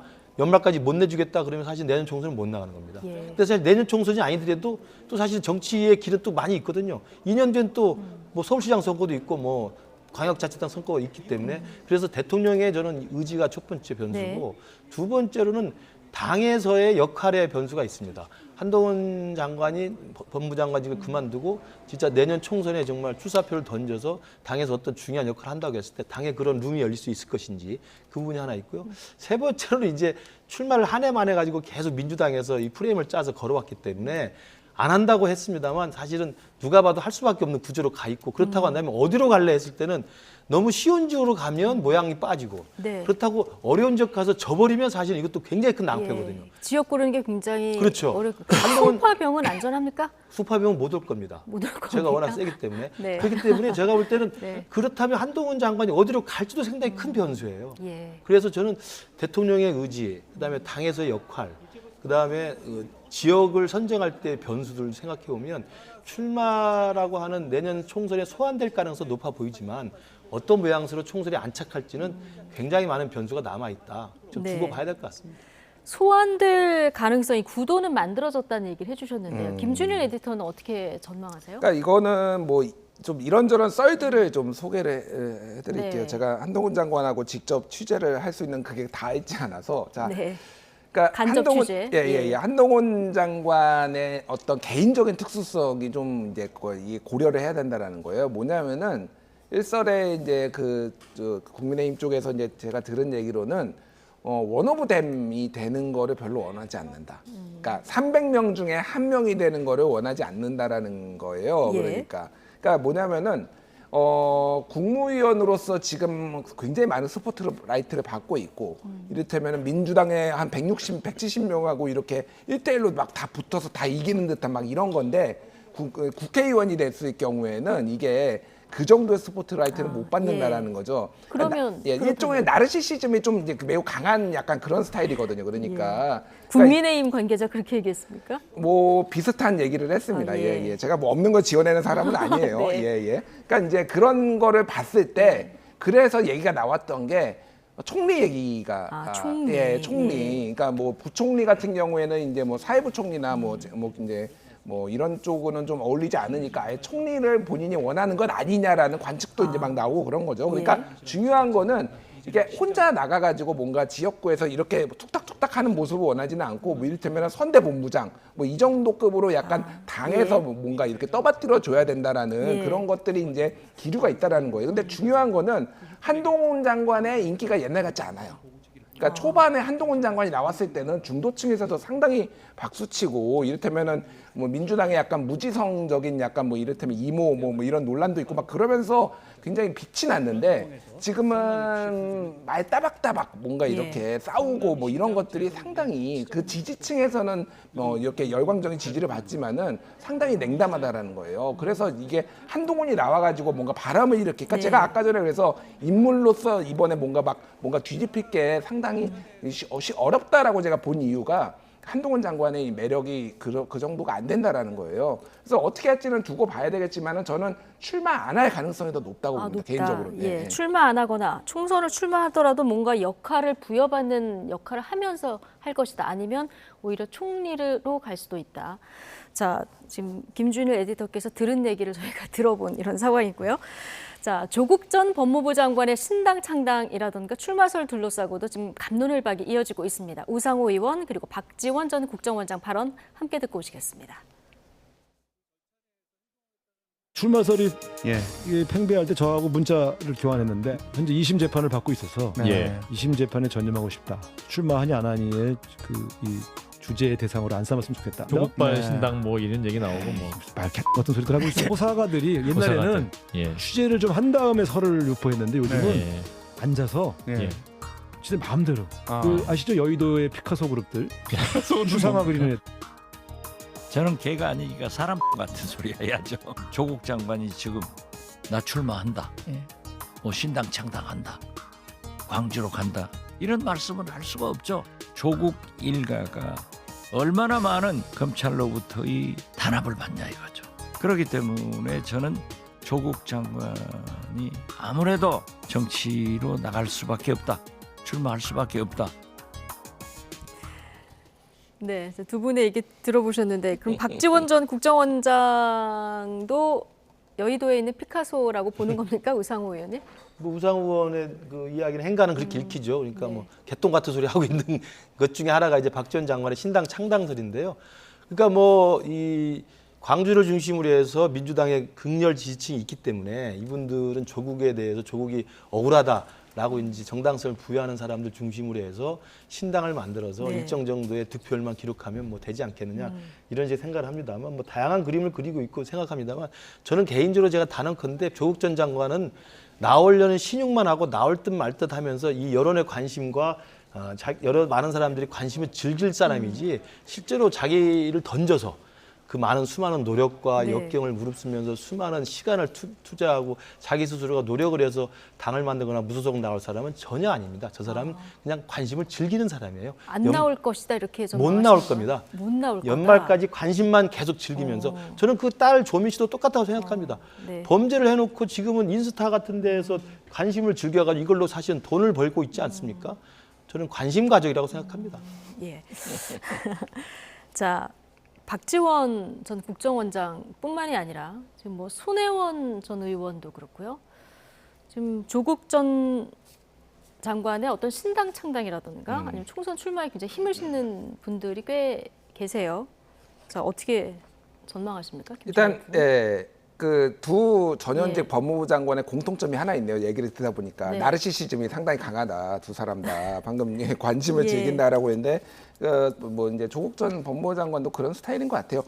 근데 이제 제가 뭐 몇 개 들은 얘기를 좀 말씀을 드리면은 민주당 내에서 뭐 전직 의원 아니면 현직 의원들 중에서 조국 장관이 민주당 간판으로 출마를 해야 된다라고 그래야 총선에서 이길 수 있다라고 진지하게 생각하시는 분들이 몇 분이 있어요. 아, 그러니까 신당 창당이 아니라 간판으로 조국을 내세워서 윤석열 심판을 하자. 이쪽으로 한번 가보자라고 생각하시는 분들도 실제 있습니다. 그런 분들도 있고요.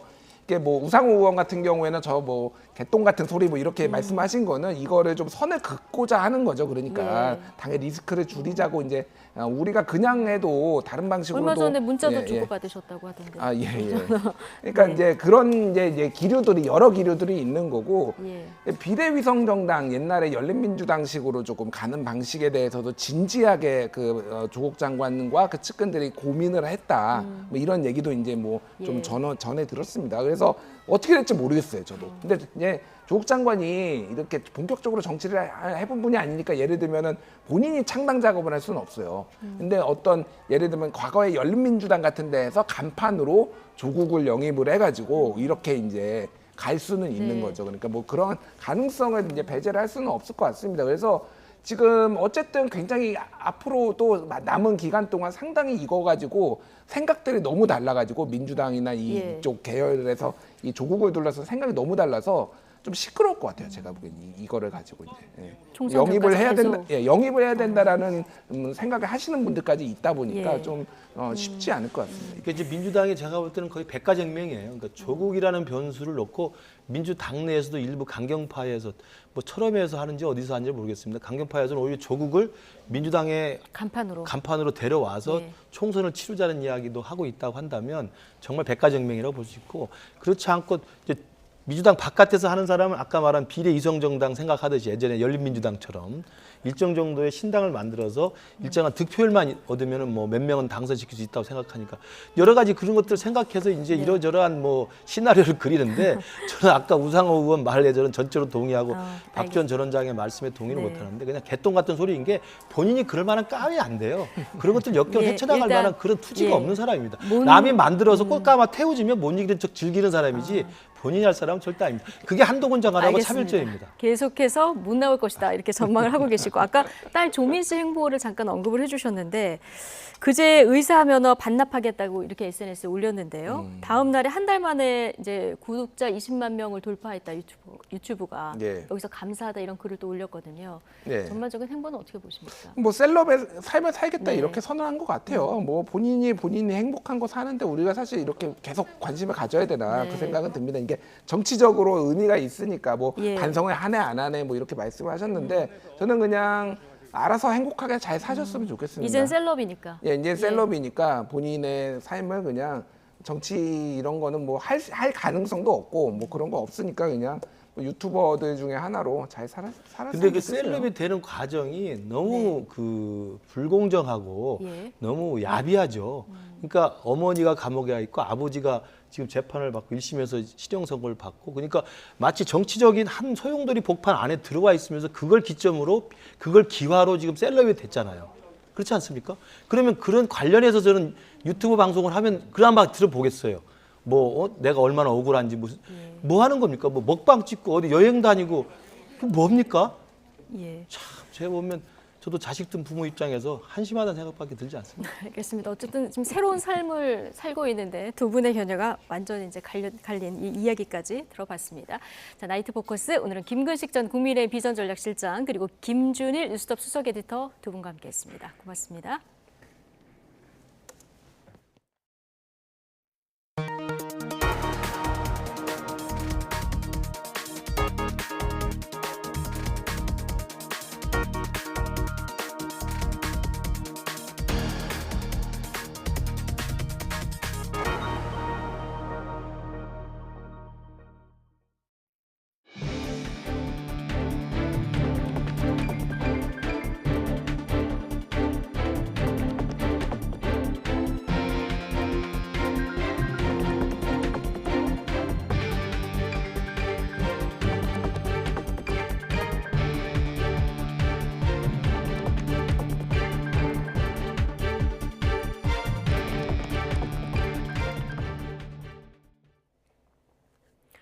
정부가 공교육에서 다루지 않은 초고난도 문제를 배제한다고 밝힌 가운데 평가원이 9월 모의평가 준비에 착수했습니다. 네, 이른바 킬러 문항이 배제되면서 준킬러 문항에 대한 관심이 쏠리고 있는데요. 9월 모의평가가 정부가 제시한 공정한 수능의 시험대가 될 전망입니다. 신지원 기자입니다. 올해 수학능력 시험의 지표가 될 9월 6일 모의평가 준비가 시작됐습니다. 한국교육과정평가원은 최근 현직 교수와 교사 가운데 출제위원과 검토위원 500여 명을 선임했습니다. 위원들은 다음 달부터 합숙 생활을 하면서 외부와 차단된 상태로 문제를 출제합니다. 9월 모의평가의 핵심은 최상위권 학생을 가르는 킬러 문항 없이 어떻게 변별력을 유지하느냐는 겁니다. 킬러 문항이 변별력을 위해 있는 거잖아요. 1등급이나 2등급 가르려고. 그런데 그 변별력이 없어지면 사실 1등급이 너무 많아지면 사실 얘가 공부를 진짜 잘하는지 못하는지 분별을 잘 못하잖아요. 결국 변별력을 유지하기 위해서는 준 킬러 문항이 늘어날 것이라는 전망입니다. 보통 정답률 10% 미만의 초고난도 문제가 킬러 문항, 정답률 20-30% 수준의 고난도 문제는 준 킬러로 통합니다. 최고난도 문항의 난이도를 낮추게 되면 준킬러라고 하는 최고난도 문항은 아니지만 그동안 좀 어렵게 출제됐던 문항들의 난이도도 전반적으로 좀 높여져야만이 변별력을 갖출 수 있는 거잖아요. 발빠른 학원들은 이미 준킬러 문항에 집중하고 있는데 정확한 개념이 없다 보니 수험생의 불안감만 키운다는 지적이 나옵니다. 그러면 준킬러 문항 밑은 뭐예요? 마케팅이나 아니면 과장돼서 표현을 하기 위해서 킬러 문항, 준킬러 문항 뭐 이런 방식의 용어를 쓰게 된 거죠. 결국 9월 모의평가에서야 준킬러 문항이 어느 정도 난도로 얼마나 출제될지 가늠할 수 있을 것으로 보입니다. 정부는 이와 별도로 최근 3년치 수능과 모의평가에 출제된 킬러 문항의 구체적인 사례를 오는 26일 사교육 대책 발표와 함께 공개하겠다고 밝혔습니다. YTN 신지원입니다. 정부가 사교육 이권 카르텔을 근절하기 위해서 오늘부터 2주간 집중신고 기간을 운영합니다. 교육부는 오늘 범정부 대응협의회를 열고 허위과장 광고나 과다한 교습비 청구 등 사교육 피해 신고를 접수해 경찰, 공정거래위원회 등 관계기관과 엄정 대응하겠다고 밝혔습니다. 장상윤 교육부 차관은 그동안 수능 출제 당국이 손쉽게 변별력을 확보하고자 출제해왔던 킬러 문항을 입시학원이 이용해 학생과 학부모들이 사교육에 의존하도록 만들었다며 잘못된 관행을 바로잡겠다고 밝혔습니다. 사교육 카르텔과 부조리를 근절하기 위한 범정부 차원의 움직임이 속도를 내는 가운데 국민의힘도 당내 별도 기구를 띄우면서 힘을 보태기로 했습니다. 민주당은 대통령의 설익은 지시로 인한 혼란의 책임을 엉뚱한 곳으로 돌리고 있다고 비판 수위를 끌어올렸습니다. 나혜인 기자입니다. 국민의힘이 사교육 이권 카르텔로 인한 왜곡된 대입 과정과 공교육을 정상화하겠다며 본격적으로 팔을 걷어붙였습니다. 각계 전문가가 참여하는 별도의 당내 기구를 만들어 사교육 현장의 부조리를 뿌리 뽑겠다고 목소리를 높였습니다. 사교육 카르텔에 대한 또 혁파를 위한 공정한 대학 입시라든지 그리고 대학 교육 정상화라든지 이런 부분에서 전반적으로 들여다보지 않겠나 봅니다. 그래서 각계 교육 전문가를 모셔서 논란의 시작이었던 수능 킬러 문항 배제 방침은 더불어민주당 이재명 대표도 대선 때 약속했다는 점을 거듭 강조했습니다. 민주당의 파상 공세에 대한 맞불 성격입니다. 민주당의 공약은 참사 공약입니까? 민주당 소속 의원은 관련 법안도 발의한 바가 있는데 이것은 교육 개악법입니까? 여전히 내로남불의 작태를 버리지 못하고 있습니다. 민주당은 반발했습니다. 사교육으로 인한 교육 불평등 해소 방안은 정치권이 머리를 맞대고 찾아야 하지만 지금 교육 현장 혼란의 책임은 윤석열 대통령과 정부에 있다고 쏘아붙였습니다. 수능을 5달 앞두고 던진 설익은 지시에 대한 사과는 없고 엉뚱한 곳에 화살을 돌리고 있다는 겁니다. 수능 대혼란을 불러온 것은 명백하게 정부의 잘못이고 책임입니다. 사교육의 문제로 프레임 전환을 시도하려는 것은 저는 명백하게 잘못된 것이라고 생각을 합니다. 청년 대학생 당원들도 장기적 안목으로 신중하게 다뤄야 하는 교육 입시 정책의 불문율이 대통령 말 한마디에 무너졌다며 비판에 가세했습니다.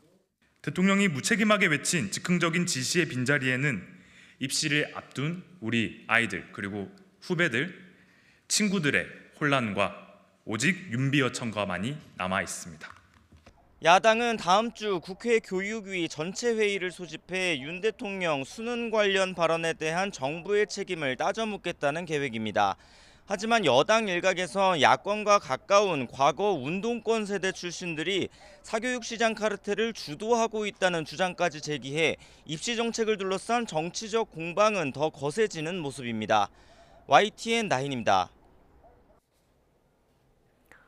경기 수원시 아파트에서 영아 시신 2구가 발견된 사건과 관련해서 친모 30대 고모 씨가 내일 오후 구속 갈림길에 섭니다. 또 경기 화성시에서는 20대 여성이 아기를 버린 혐의로 입건되는 등 경기도에서만 5건에 대해서 경찰이 수사에 나섰습니다. 김태원 기자입니다. 남편과 함께 세 자녀를 키우다 2018년과 이듬해 여아와 남아를 차례로 낳은 30대 여성 고모 씨. 그러나 넷째와 다섯째는 각각 생후 이틀째에 살해하고 시신을 몇 년간 집 냉장고에 숨긴 혐의로 구속갈림길에 서게 됐습니다. 문이 열려 있어서 살짝 이렇게 들여다보면서 뭐지? 그랬는데 하얀 천으로 이렇게 사람을 싸더라고. 소름이죠. 그래가지고 일이 안 잡혀서 나 그거를 봐가지고. 고 씨는 경찰 조사에서 생활고 때문에 범행을 저질렀고 남편에겐 낙태한 것으로 둘러댔다고 진술했습니다. 남편 이모 씨 역시 아내의 말을 고지고대로 믿었다고 주장하고 있습니다. 하지만 경찰은 남편도 참고인 신분으로 조사하면서 범행을 공모한 건 아닌지 추궁하고 있습니다. 태어난 기록은 있지만 출생 신고는 되지 않은 영아와 유아의 행방이 속속 드러나면서 현재 경찰이 경기도에서만 5건에 대해 수사에 나선 상태입니다. 경기 화성에서는 출산 8일 만에 아기를 버린 혐의로 20대 여성 A씨가 경찰 조사를 받고 있습니다. 미혼으로 아기의 친부와도 헤어진 A씨는 대신 아이를 키워줄 사람을 인터넷 포털 사이트에서 구한 것으로 파악됐습니다. 이후 온라인을 통해 연결된 성인 3명을 서울에 있는 카페에서 직접 만나 갓난아기를 넘겨줬다고 A씨는 진술하고 있습니다. 경기 안성에선 경찰에 수배된 상태에서 지인의 명의를 도용해 출산한 뒤 출생신고도 예방접종도 하지 않으며 아기를 키운 40대 여성이 입건됐습니다. 또 경찰은 경기 오산시에서도 지난 2015년 친모가 출산한 기록은 있지만 출생신고가 안 돼 있어 학대가 의심된다는 통보를 받고 수사에 나섰습니다. YTN 김태원입니다. 이번에 수원의 영아 살해 사건이 드러나게 된 것은 신생아의 필수 예방 접종을 위해서 부여되는 임시 신생아 번호 덕분입니다. 네, 정부가 이 임시 신생아 번호를 이용해서 출생 신고를 하지 않은 영아를 보호하는 방법을 찾기로 했습니다. 기정훈 기자가 보도하겠습니다. 현행법상 신생아의 출생 신고 의무는 부모에게 있습니다. 신족이나 분만에 관여한 의료진에게도 후순위로 의무가 있긴 하지만 부모가 신고할 수 없는 경우고 이번처럼 부모가 고의로 신고하지 않을 땐 과태료 물리는 것 말고는 방법이 없습니다. 때문에 신생아의 출생을 의료기관이 지자체에 알리도록 하자는 게 의료기관 출생통보제입니다. 정부는 지난 4월 발표한 윤석열 정부의 아동정책 추진 방안에서 이 제도의 도입 계획을 밝혔습니다. 이를 위해선 가족관계 등록법을 바꿔야 하는데 국회엔 출생통보제를 담은 개정안이 정부 발의안 포함 10건이나 올라와 있지만 모두 계류 중입니다. 행정 부담과 책임 소재 등을 들어 의료계가 반대하면서 지체되고 있는 겁니다. 때문에 정부는 출생통보제 법제화 전이라도 출생신고가 누락된 이른바 유령아기를 막는 방안을 서두르기로 했습니다. 대안은 출생신고 여부와 상관없이 부여되는 임시 신생아 번호입니다. 출생 후 바로 맞는 국가 필수 예방접종과 비용 정산 등을 위해 신생아에게 자동 부여되는 번호로 이번 사건도 백신은 맞았는데 출생신고가 안 된 사례를 추적하다 드러났습니다. 하지만 여기엔 산모 정보가 연계되지 않아 상시 추적 조사하기 어려웠는데 이를 개선하겠다는 게 복지부 계획입니다. 저희가 모의 인적 사항 등을 입수를 해가지고 저희가 추적 조사할 수 있는 법적 근거를 신속하게 마련하도록 하겠습니다. 사회보장급여에 관한 법률 시행령 개정을 통해 이를 추진하되 궁극적으로는 출생통보제 법제화를 서두른다는 방침입니다. 이와 함께 출산 사실이 자동으로 알려진 걸 꺼리는 임산부를 위해 익명 출산을 돕는 방안도 동시에 추진하기로 했습니다. 보호출산자 같은 경우는 우익의 임산부가 익명으로 출산할 수 있도록 지원하는 제도가 되겠습니다. 이 법을 통해서 병원과 출생아에 대해서 관리 대책을 저희가 강구해 나가도록 하겠습니다. 유엔 아동권리협약은 아동은 출생 후 즉시 등록되어야 한다며 출생 신고를 아동의 기본권으로 못 받고 있습니다. 이 권리를 위해 법과 제도를 정비하는 것은 이름 없이 숨진 어린 생명들을 추모하기 위해 어른들에게 남겨진 숙제입니다. YTN 기정훈입니다. 이태원 참사로 구속됐던 피고인이 연이어서 보석으로 석방되고 있습니다. 유족들은 피고인들이 잘못을 뉘우치기는커녕 여전히 책임을 회피하는 데만 골몰한다고 비판하는 한편 보석을 받아들여준 법원도 함께 규탄했습니다. 박정현 기자입니다. 지난 7일 법원이 이태원 참사에 부실 대응한 혐의를 받는 박희영 서울 용산구청장과 용산구 재난안전과장의 보석을 허가했습니다. 자, 앞에 유족 계시는데 한 말씀만 해주시죠. 죄송합니다. 2주 뒤엔 헬로윈 축제 위험 분석 보고서를 삭제하라고 지시한 혐의로 기소된 경찰 간부들도 나란히 석방됐습니다. 여전히 구치소에 있는 사람은 이임재 전 용산경찰서장과 송병주 전 용산서 112 상황실장 등 단 2명.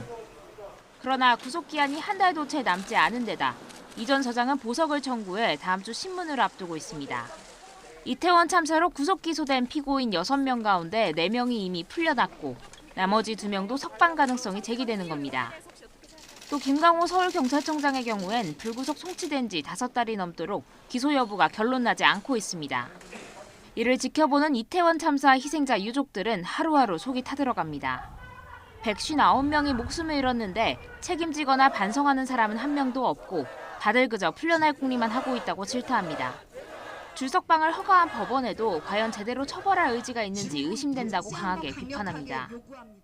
구속 만료가 얼마 남지 않았다고 하나 증거인멸을 지시하고도 자신들의 책임을 인정하지 않는 자들의 보석을 받아들여준 것은 과연 재판부가 제대로 판결할 의지가 있는지 의심하지 않을 수 없습니다.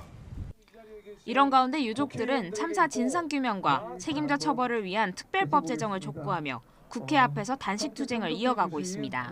YTN 박정현입니다. 지난 2002년 전북 지역에서 발생한 백선기 경사 피살은 대표적인 장기 미제 사건이었는데요. 수사를 이어온 경찰은 대전 국민은행 강도 살인 사건 2인조 가운데 한 명인 이정학의 단독 소행으로 결론 지었습니다. 김민성 기자입니다. 지난 3월 울산에 있는 한 폐업 여관. 하얀 보호복 차림의 경찰관이 객실 천장을 뚫어 이리저리 들여다봅니다. 잠깐 이쪽으로 오시죠. 우리 천장에서 뭐 좀 찾아가지고. 총기 번호 4208. 21년 전 흉기에 찔려 숨진 고 백선기 경사의 총이 마침내 경찰로 돌아온 순간입니다. 총의 위치를 알려준 건 대전 국민은행 권총강도 사건 2인조 중 이승만 쪽이었습니다. 2인조 중 다른 한 명인 이정학이 백 경사를 살해했다고 경찰에 편지를 보냈습니다. 이정학은 강하게 부인했지만 경찰은 여러 간접 증거를 종합해 이정학의 단독 범행으로 최종 판단했습니다. 제보자의 경우에는 본인이 진술에 따른 알리바이가 저희들은 알리바이를 확인을 했고요. 피의자의 경우에는 본인이 부인을 하고 있지만은 당시 범행 동선이라든지 경찰 조사 결과 훔친 권총이 범행에 사용된 적은 다행히 없었습니다.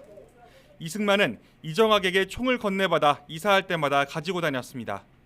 함께 받은 탄원은 우유팩에 넣어 고속도로 휴게소에 버린 거로 파악됐습니다.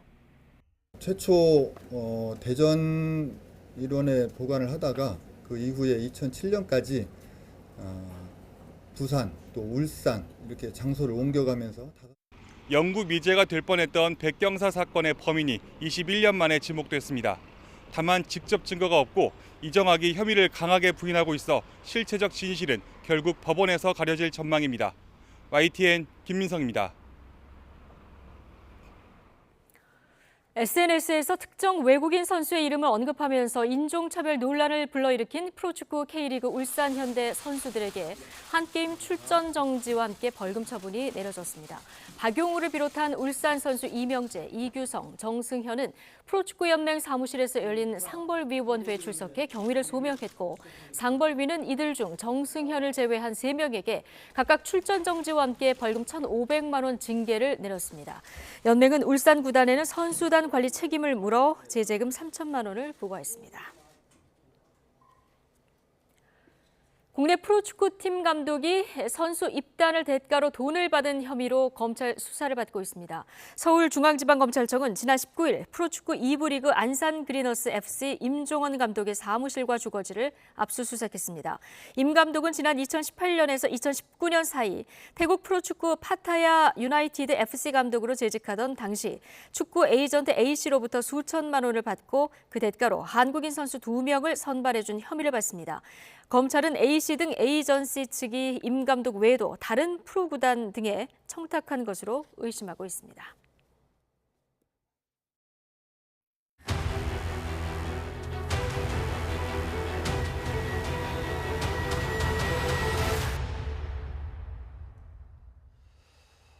네, 장마철을 앞두고 YTN은 지난해 침수 피해가 났던 현장을 찾아 폭우 대비 상황을 점검하고 있습니다. 이번에는 지난해 집중호우로 제방이 무너졌던 충남 당진 용현 저수지를 다녀왔습니다. 무너진 제방을 임시로 막아놨지만 큰 돈이 드는 보강 공사는 내년에야 시작될 전망이어서 인근 주민들이 크게 걱정하고 있습니다. 양동훈 기자입니다. 제방 가운데가 무너져 내렸고 난간은 휘어졌습니다. 토사와 물이 쏟아져 나오면서 제방 바로 아래 있는 논도 휩쓸렸습니다. 지난해 6월 30일 충남 지역에 쏟아진 집중호우에 당진 용현 저수지 제방이 무너졌습니다. 다행히도 다친 사람은 없었지만 주민들은 밤새 불안함에 떨어야 했습니다. 1년이 지난 지금 저수지는 어떤 모습일까? 당시 무너졌던 자리에는 토사를 쌓아 긴급 복구를 마쳤고 물이 스며들거나 쓸려 내려가지 않도록 방수포로 덮어둔 상태입니다. 시에서 저수지에 대한 정밀 안전 진단을 벌인 결과는 D등급. 보수와 보강이 시급하다는 결론이 나왔습니다. 하지만 여태 긴급 복구만 진행된 상태로 제대로 된 공사가 미뤄지고 있어서 주민들의 걱정이 이만저만이 아닙니다. 올해 또 장마 또 시작될 텐데 또 이제 하늘만 쳐다보게 생겼어요. 또 잠도 못 자고 작년 아주 한번 놀래갖고 아주 막 이제 청심환 미리 사다 놔야 될 것 같아. 당진시는 현재 임시로 쌓아둔 제방을 제대로 보강하는 것은 물론 비가 쏟아져 일정 수위가 넘어가면 저절로 물이 빠져나갈 수 있도록 수문 개량 공사도 진행하는 계획을 세웠습니다. 용현 저수지를 제위험 저수지로 지정하고 공사 비용 50%는 나라에서 지원받을 방침인데 문제는 제대로 된 공사가 국비 지원을 받은 뒤인 내년에나 가능하다는 겁니다. 정밀 안전 진단을 해본 결과 16억 원 정도의 추정 사업비가 이제 필요한 상황이라서 사업비를 확보하기 위해서 국도비 이제 신청을 위해서 관계기관과 협의 중에 있는 상황입니다. 당장 올해 장마철은 긴급 복구만 한 지금 상태로 버텨내야만 합니다. 시에서는 수문 담당 직원의 순찰과 소통을 강화하고 많은 비가 예보될 경우 미리 수문을 열어두는 등 집중호우 대책을 마련하고 있다고 밝혔습니다. YTN 양동훈입니다. 최근 부산 해운대 해수욕장 인근 호텔에서 발생했던 이 화재 원인을 찾기 위해 합동 감식이 진행됐습니다. 합동 감식팀은 지하 6층에 매트리스 등이 쌓여있던 곳에서 불이 시작된 것으로 보고 정확한 화재 원인을 조사하고 있습니다. 또한 화재 경보의 정상 작동 여부와 함께 안내 방송 등 호텔 측의 적절한 조치가 이루어졌는지도 살펴보고 있습니다. 요즘에 전동 킥보드 주변에서 많이 타죠. 만약에 술을 마시고 이 전동 킥보드를 타다가 단속이 됐다면 어떻게 될까요? 운전자가 지닌 자동차나 오토바이 면허가 취소됩니다. 이게 과연 적법하냐 아니냐 법원마다 판단이 다릅니다. 지환 기자가 보도합니다. 버스 운전기사인 A씨, 재작년 10월 밤 음주운전으로 단속됐습니다. 그런데 운전한 게 버스가 아니라 퇴근 후 타던 전동 킥보드였습니다. 사고는 없었고 혈중 알코올 농도는 0.087%. 도로교통법에 따라 경찰은 A씨 자동차 운전면허와 대형 면허를 취소했습니다. 여기에 불복한 A씨는 행정심판을 청구했고 면허 취소는 면허 정지로 감경됐습니다. 이에 그치지 않고 A씨는 행정소송을 냈습니다. 속도와 무게면에서 엄연히 위험성이 다른데 전동 킥보드 음주운전에 따라 자동차 운전면허를 정지 취소하는 건 불합리하다는 겁니다. 1심 법원도 A씨 주장을 일부 인정했습니다. A씨에게 내려진 운전면허 정지 처분을 취소한 겁니다. 재판부는 개인형 이동장치를 음주운전하는 행위를 자동차와 오토바이 등과 아무런 차등을 두지 않고 일률적으로 면허 취소 또는 정지하는 건 과도한 행정 제재라고 판시했습니다. 반면 정반대 판단도 있습니다. 지난 4월 청주지법은 음주 상태에서 전동 킥보드를 운전한 B씨의 운전면허 취소는 적법하다고 판단했습니다. 음주 운전으로 인한 교통사고를 방지해야 할 공익상 필요가 더 크다는 이유였습니다. 재작년 5월 관련법 개정과 함께 전동 킥보드는 원동기나 자동차 면허가 있어야 운전할 수 있습니다. 사고 예방과 안전을 위해 자동차에 준해 취급한다는 취지인데 음주운전 처분만은 조금 다릅니다. 보행자 사고가 나지 않는 이상 형사처벌 없이 범칙금 10만 원입니다. 다만 음주 수치에 따라 운전자가 지닌 원동기나 자동차 면허를 정지 또는 취소합니다. 예를 들어 만약 무면허 음주 상태에서 전동 킥보드를 몰면 범칙금 대상이지만 면허 있는 사람이 음주운전하면 범칙금은 물론 면허 취소 또는 정지 처분을 함께 받는 겁니다. 전동 킥보드의 위험성을 고려해서 자동차와 같이 취급하려고 도로교통법 규정을 일부 개정을 했지만 음주운전의 경우에는 명확한 규정이 마련되지 않아서 법원마다 혼란이 있는 상황입니다. A씨 재판을 맡은 재판부는 판결문에서 개인형 이동장치 음주운전의 경우 도로교통법 규정과 조화롭게 해석되지 않는다고 밝혔습니다. 이용자는 물론 사고도 점차 늘어나는 상황에서 개인형 이동장치의 관련법 정비가 필요해 보입니다. YTN 지환입니다. 요즘에 길을 가다 보면 정당 현수막이 어지럽게 널려 있는 것을 많이 보실 겁니다. 국회가 지난해 말 정당 현수막은 아무런 규제 없이 내걸 수 있도록 5개 광고물법을 개정했기 때문인데요. 인천시가 조례를 만들고 강력 대응에 나서 주목을 받고 있습니다. 전국 광역단체는 인천시에 박수를 보내고 있습니다. 강성호 기자입니다.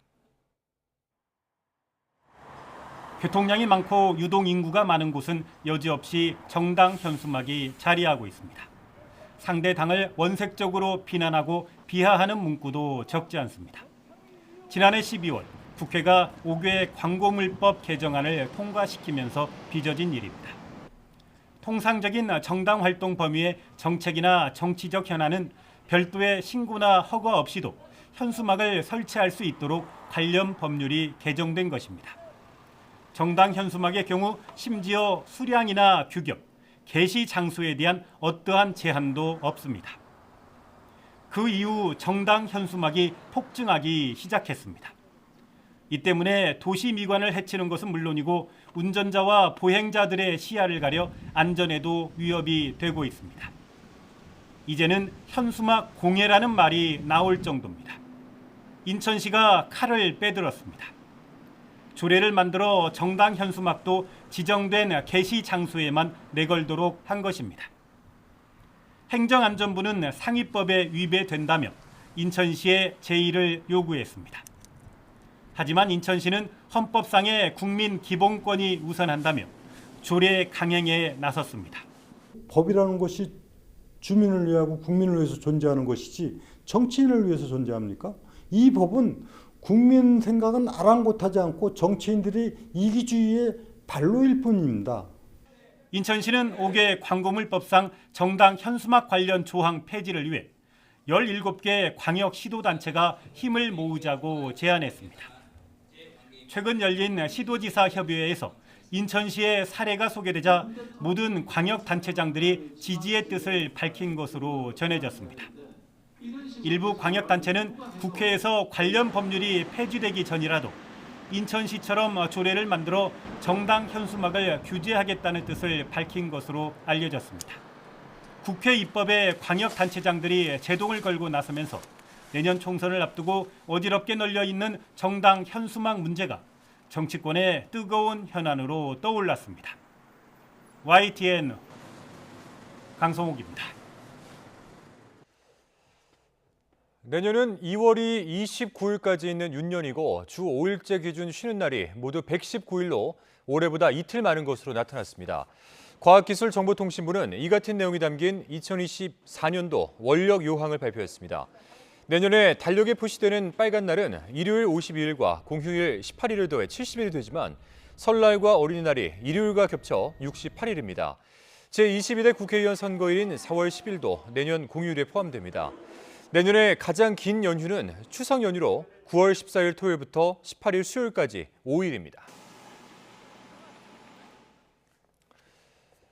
넷플릭스 공동 CEO 테드 서렌도스가 K 콘텐츠의 경쟁력은 강력한 스토리텔링에 있다며 차세대 창작자들을 발굴하기 위한 투자를 계속해 나가겠다고 강조했습니다. 국내 통신업계와 갈등을 빚고 있는 망 사용료 논란과 계정 공유 금지 적용의 구체적 시점에 대해서는 말을 아꼈습니다. 홍상희 기자입니다. 2016년 넷플릭스의 옥자 제작을 추진한 테드 서렌도스 공동 CEO는 K 콘텐츠에 대한 깊은 신뢰를 강조했습니다. 넷플릭스 구독자의 60%가 K 콘텐츠를 시청했고 시청 시간은 4년 사이 6배가 늘었다며 한국 콘텐츠의 힘은 스토리텔링에 있다고 평가했습니다. Korea has an incredible storytelling culture. It is everything about the storytelling in Korea has some reflection of history. Very beautiful stories that don't have to follow any kind of preset pattern. 봉준호 감독의 괴물을 보고 한국 영화에 애정을 갖게 됐다는 서렌도스는 콘텐츠에 대한 한국 국민의 자긍심이 좋은 작품을 만들어내는 원동력이라고 말하기도 했습니다. 그러나 민감한 이슈에 대해서는 말을 아꼈습니다.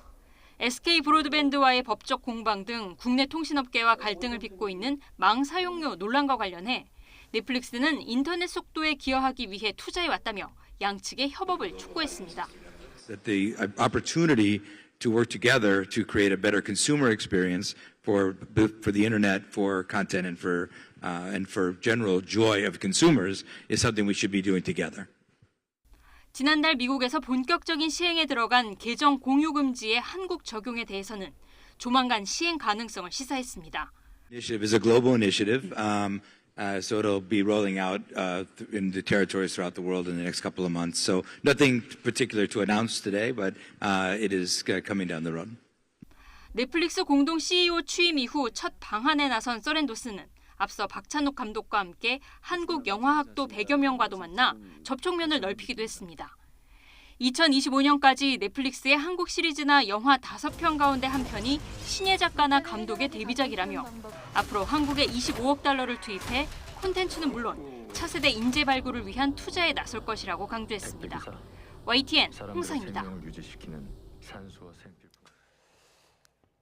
중국 지르인성 옌벤에서 야생 백두산 호랑이 4마리가 떼지어서 출몰했습니다. 중국 관영 CCTV 보도에 따르면 지난 19일 정오쯤 옌벤 춘하진의 한 산길에서 호랑이 4마리가 길을 막고 있는 장면을 훈춘 시민 멍모 씨가 촬영했습니다. 멍 씨는 호랑이 4마리가 산길을 막고 있어 운전하던 차를 멈추고 지나가기를 기다렸다며 10여 미터 떨어진 곳에 있던 호랑이들은 놀라는 기색 없이 차 안을 2분가량 살핀 뒤 천천히 숲속으로 들어갔다고 말했습니다. 독립적으로 생활하는 호랑이 특성상 4마리가 떼지어 출몰하는 것은 극히 이례적입니다. 요가 성지 인도의 모디 총리가 요가 외교로 미국 방문 일정을 시작했습니다. 세계 요가의 날을 맞아 UN 잔디밭에서 열린 특별한 수업은 가장 많은 국적자가 모인 요가 행사로 기네스북에 올랐습니다. 류재복 기자입니다. 힌두교 전통 수련법 요가는 인도인에게 생활 일부입니다.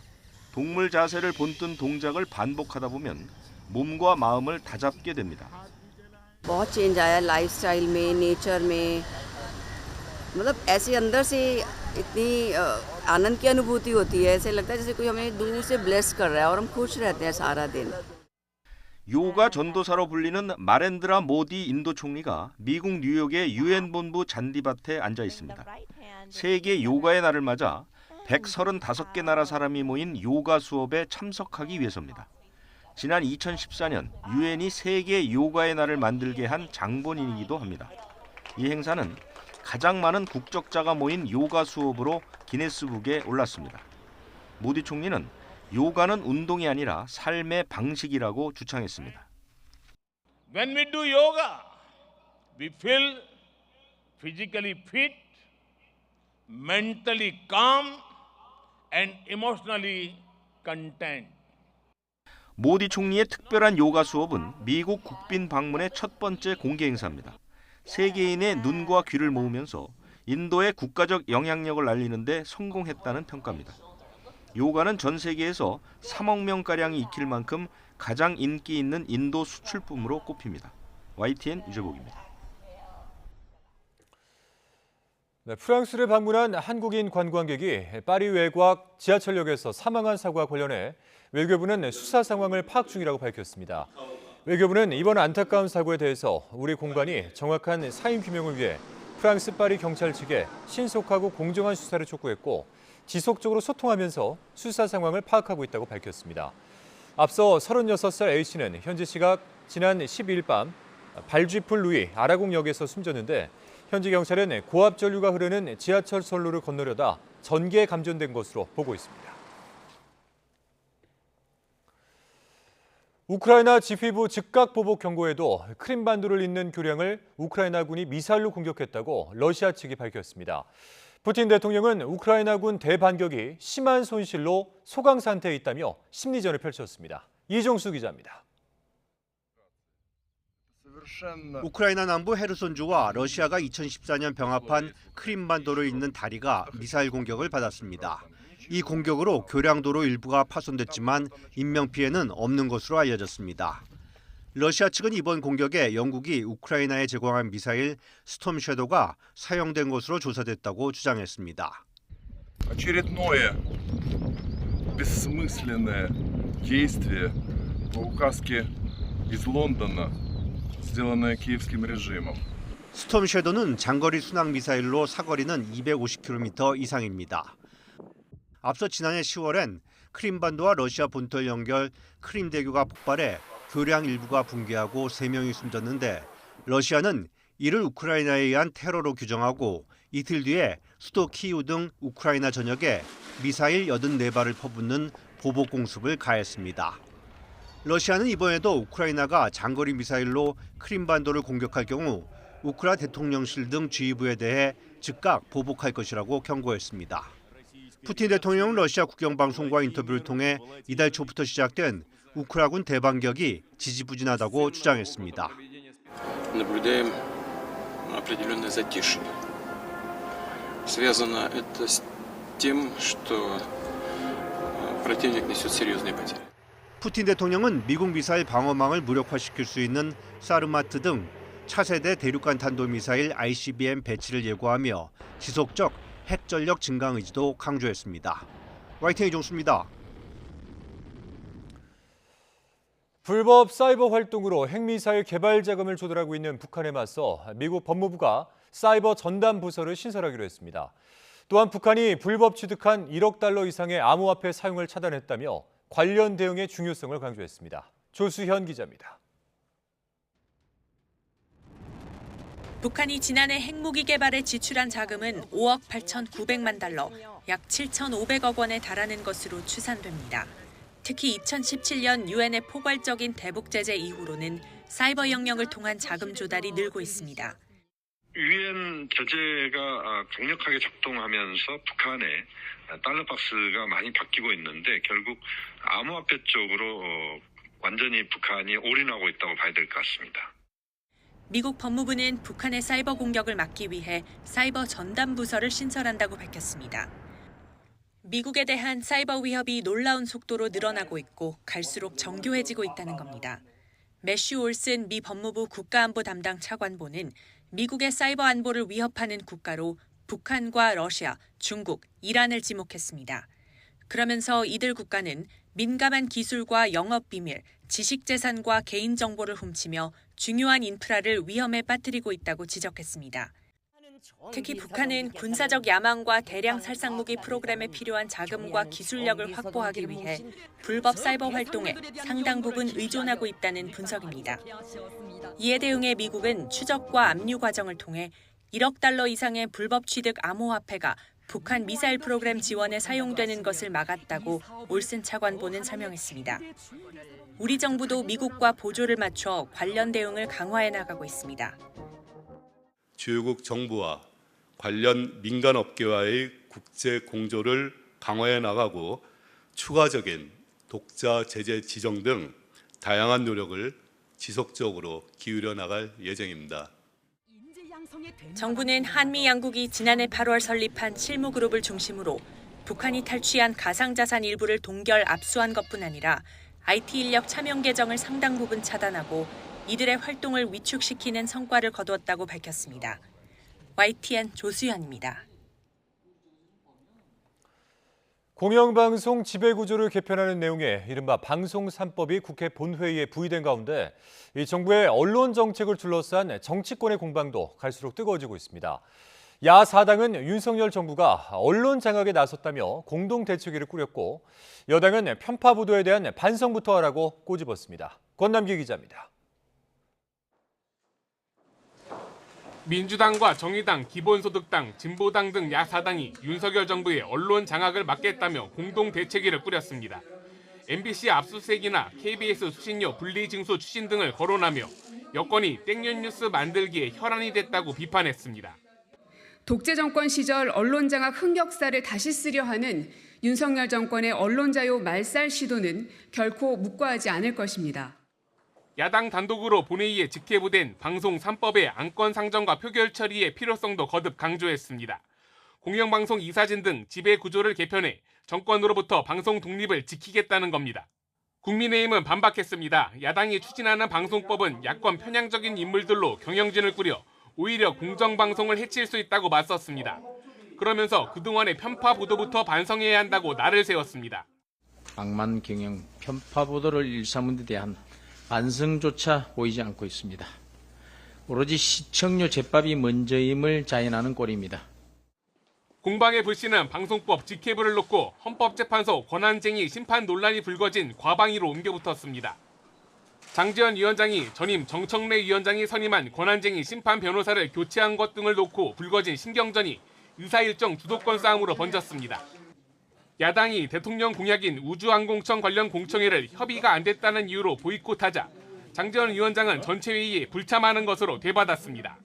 이렇게 무책임하게 국회 상임위를 운영할 거면 위원장을 왜 합니까? 오늘 회의를 마치겠습니다. 사내를 선포합니다.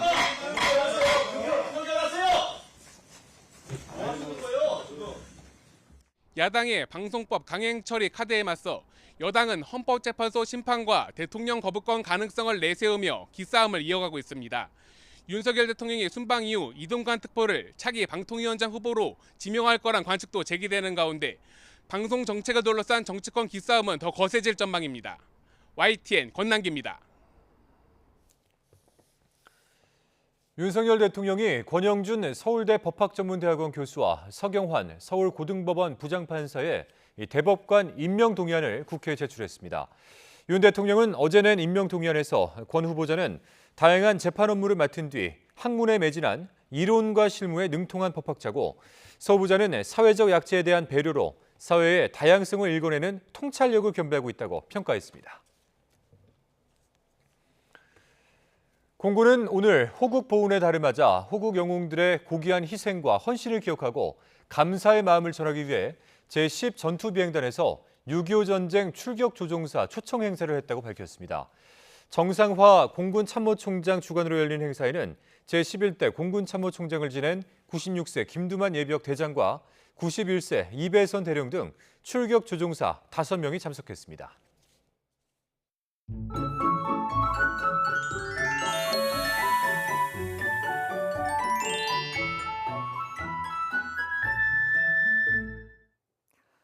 오늘은 잠시 쉬어갔던 낮더위가 다시 나타났습니다.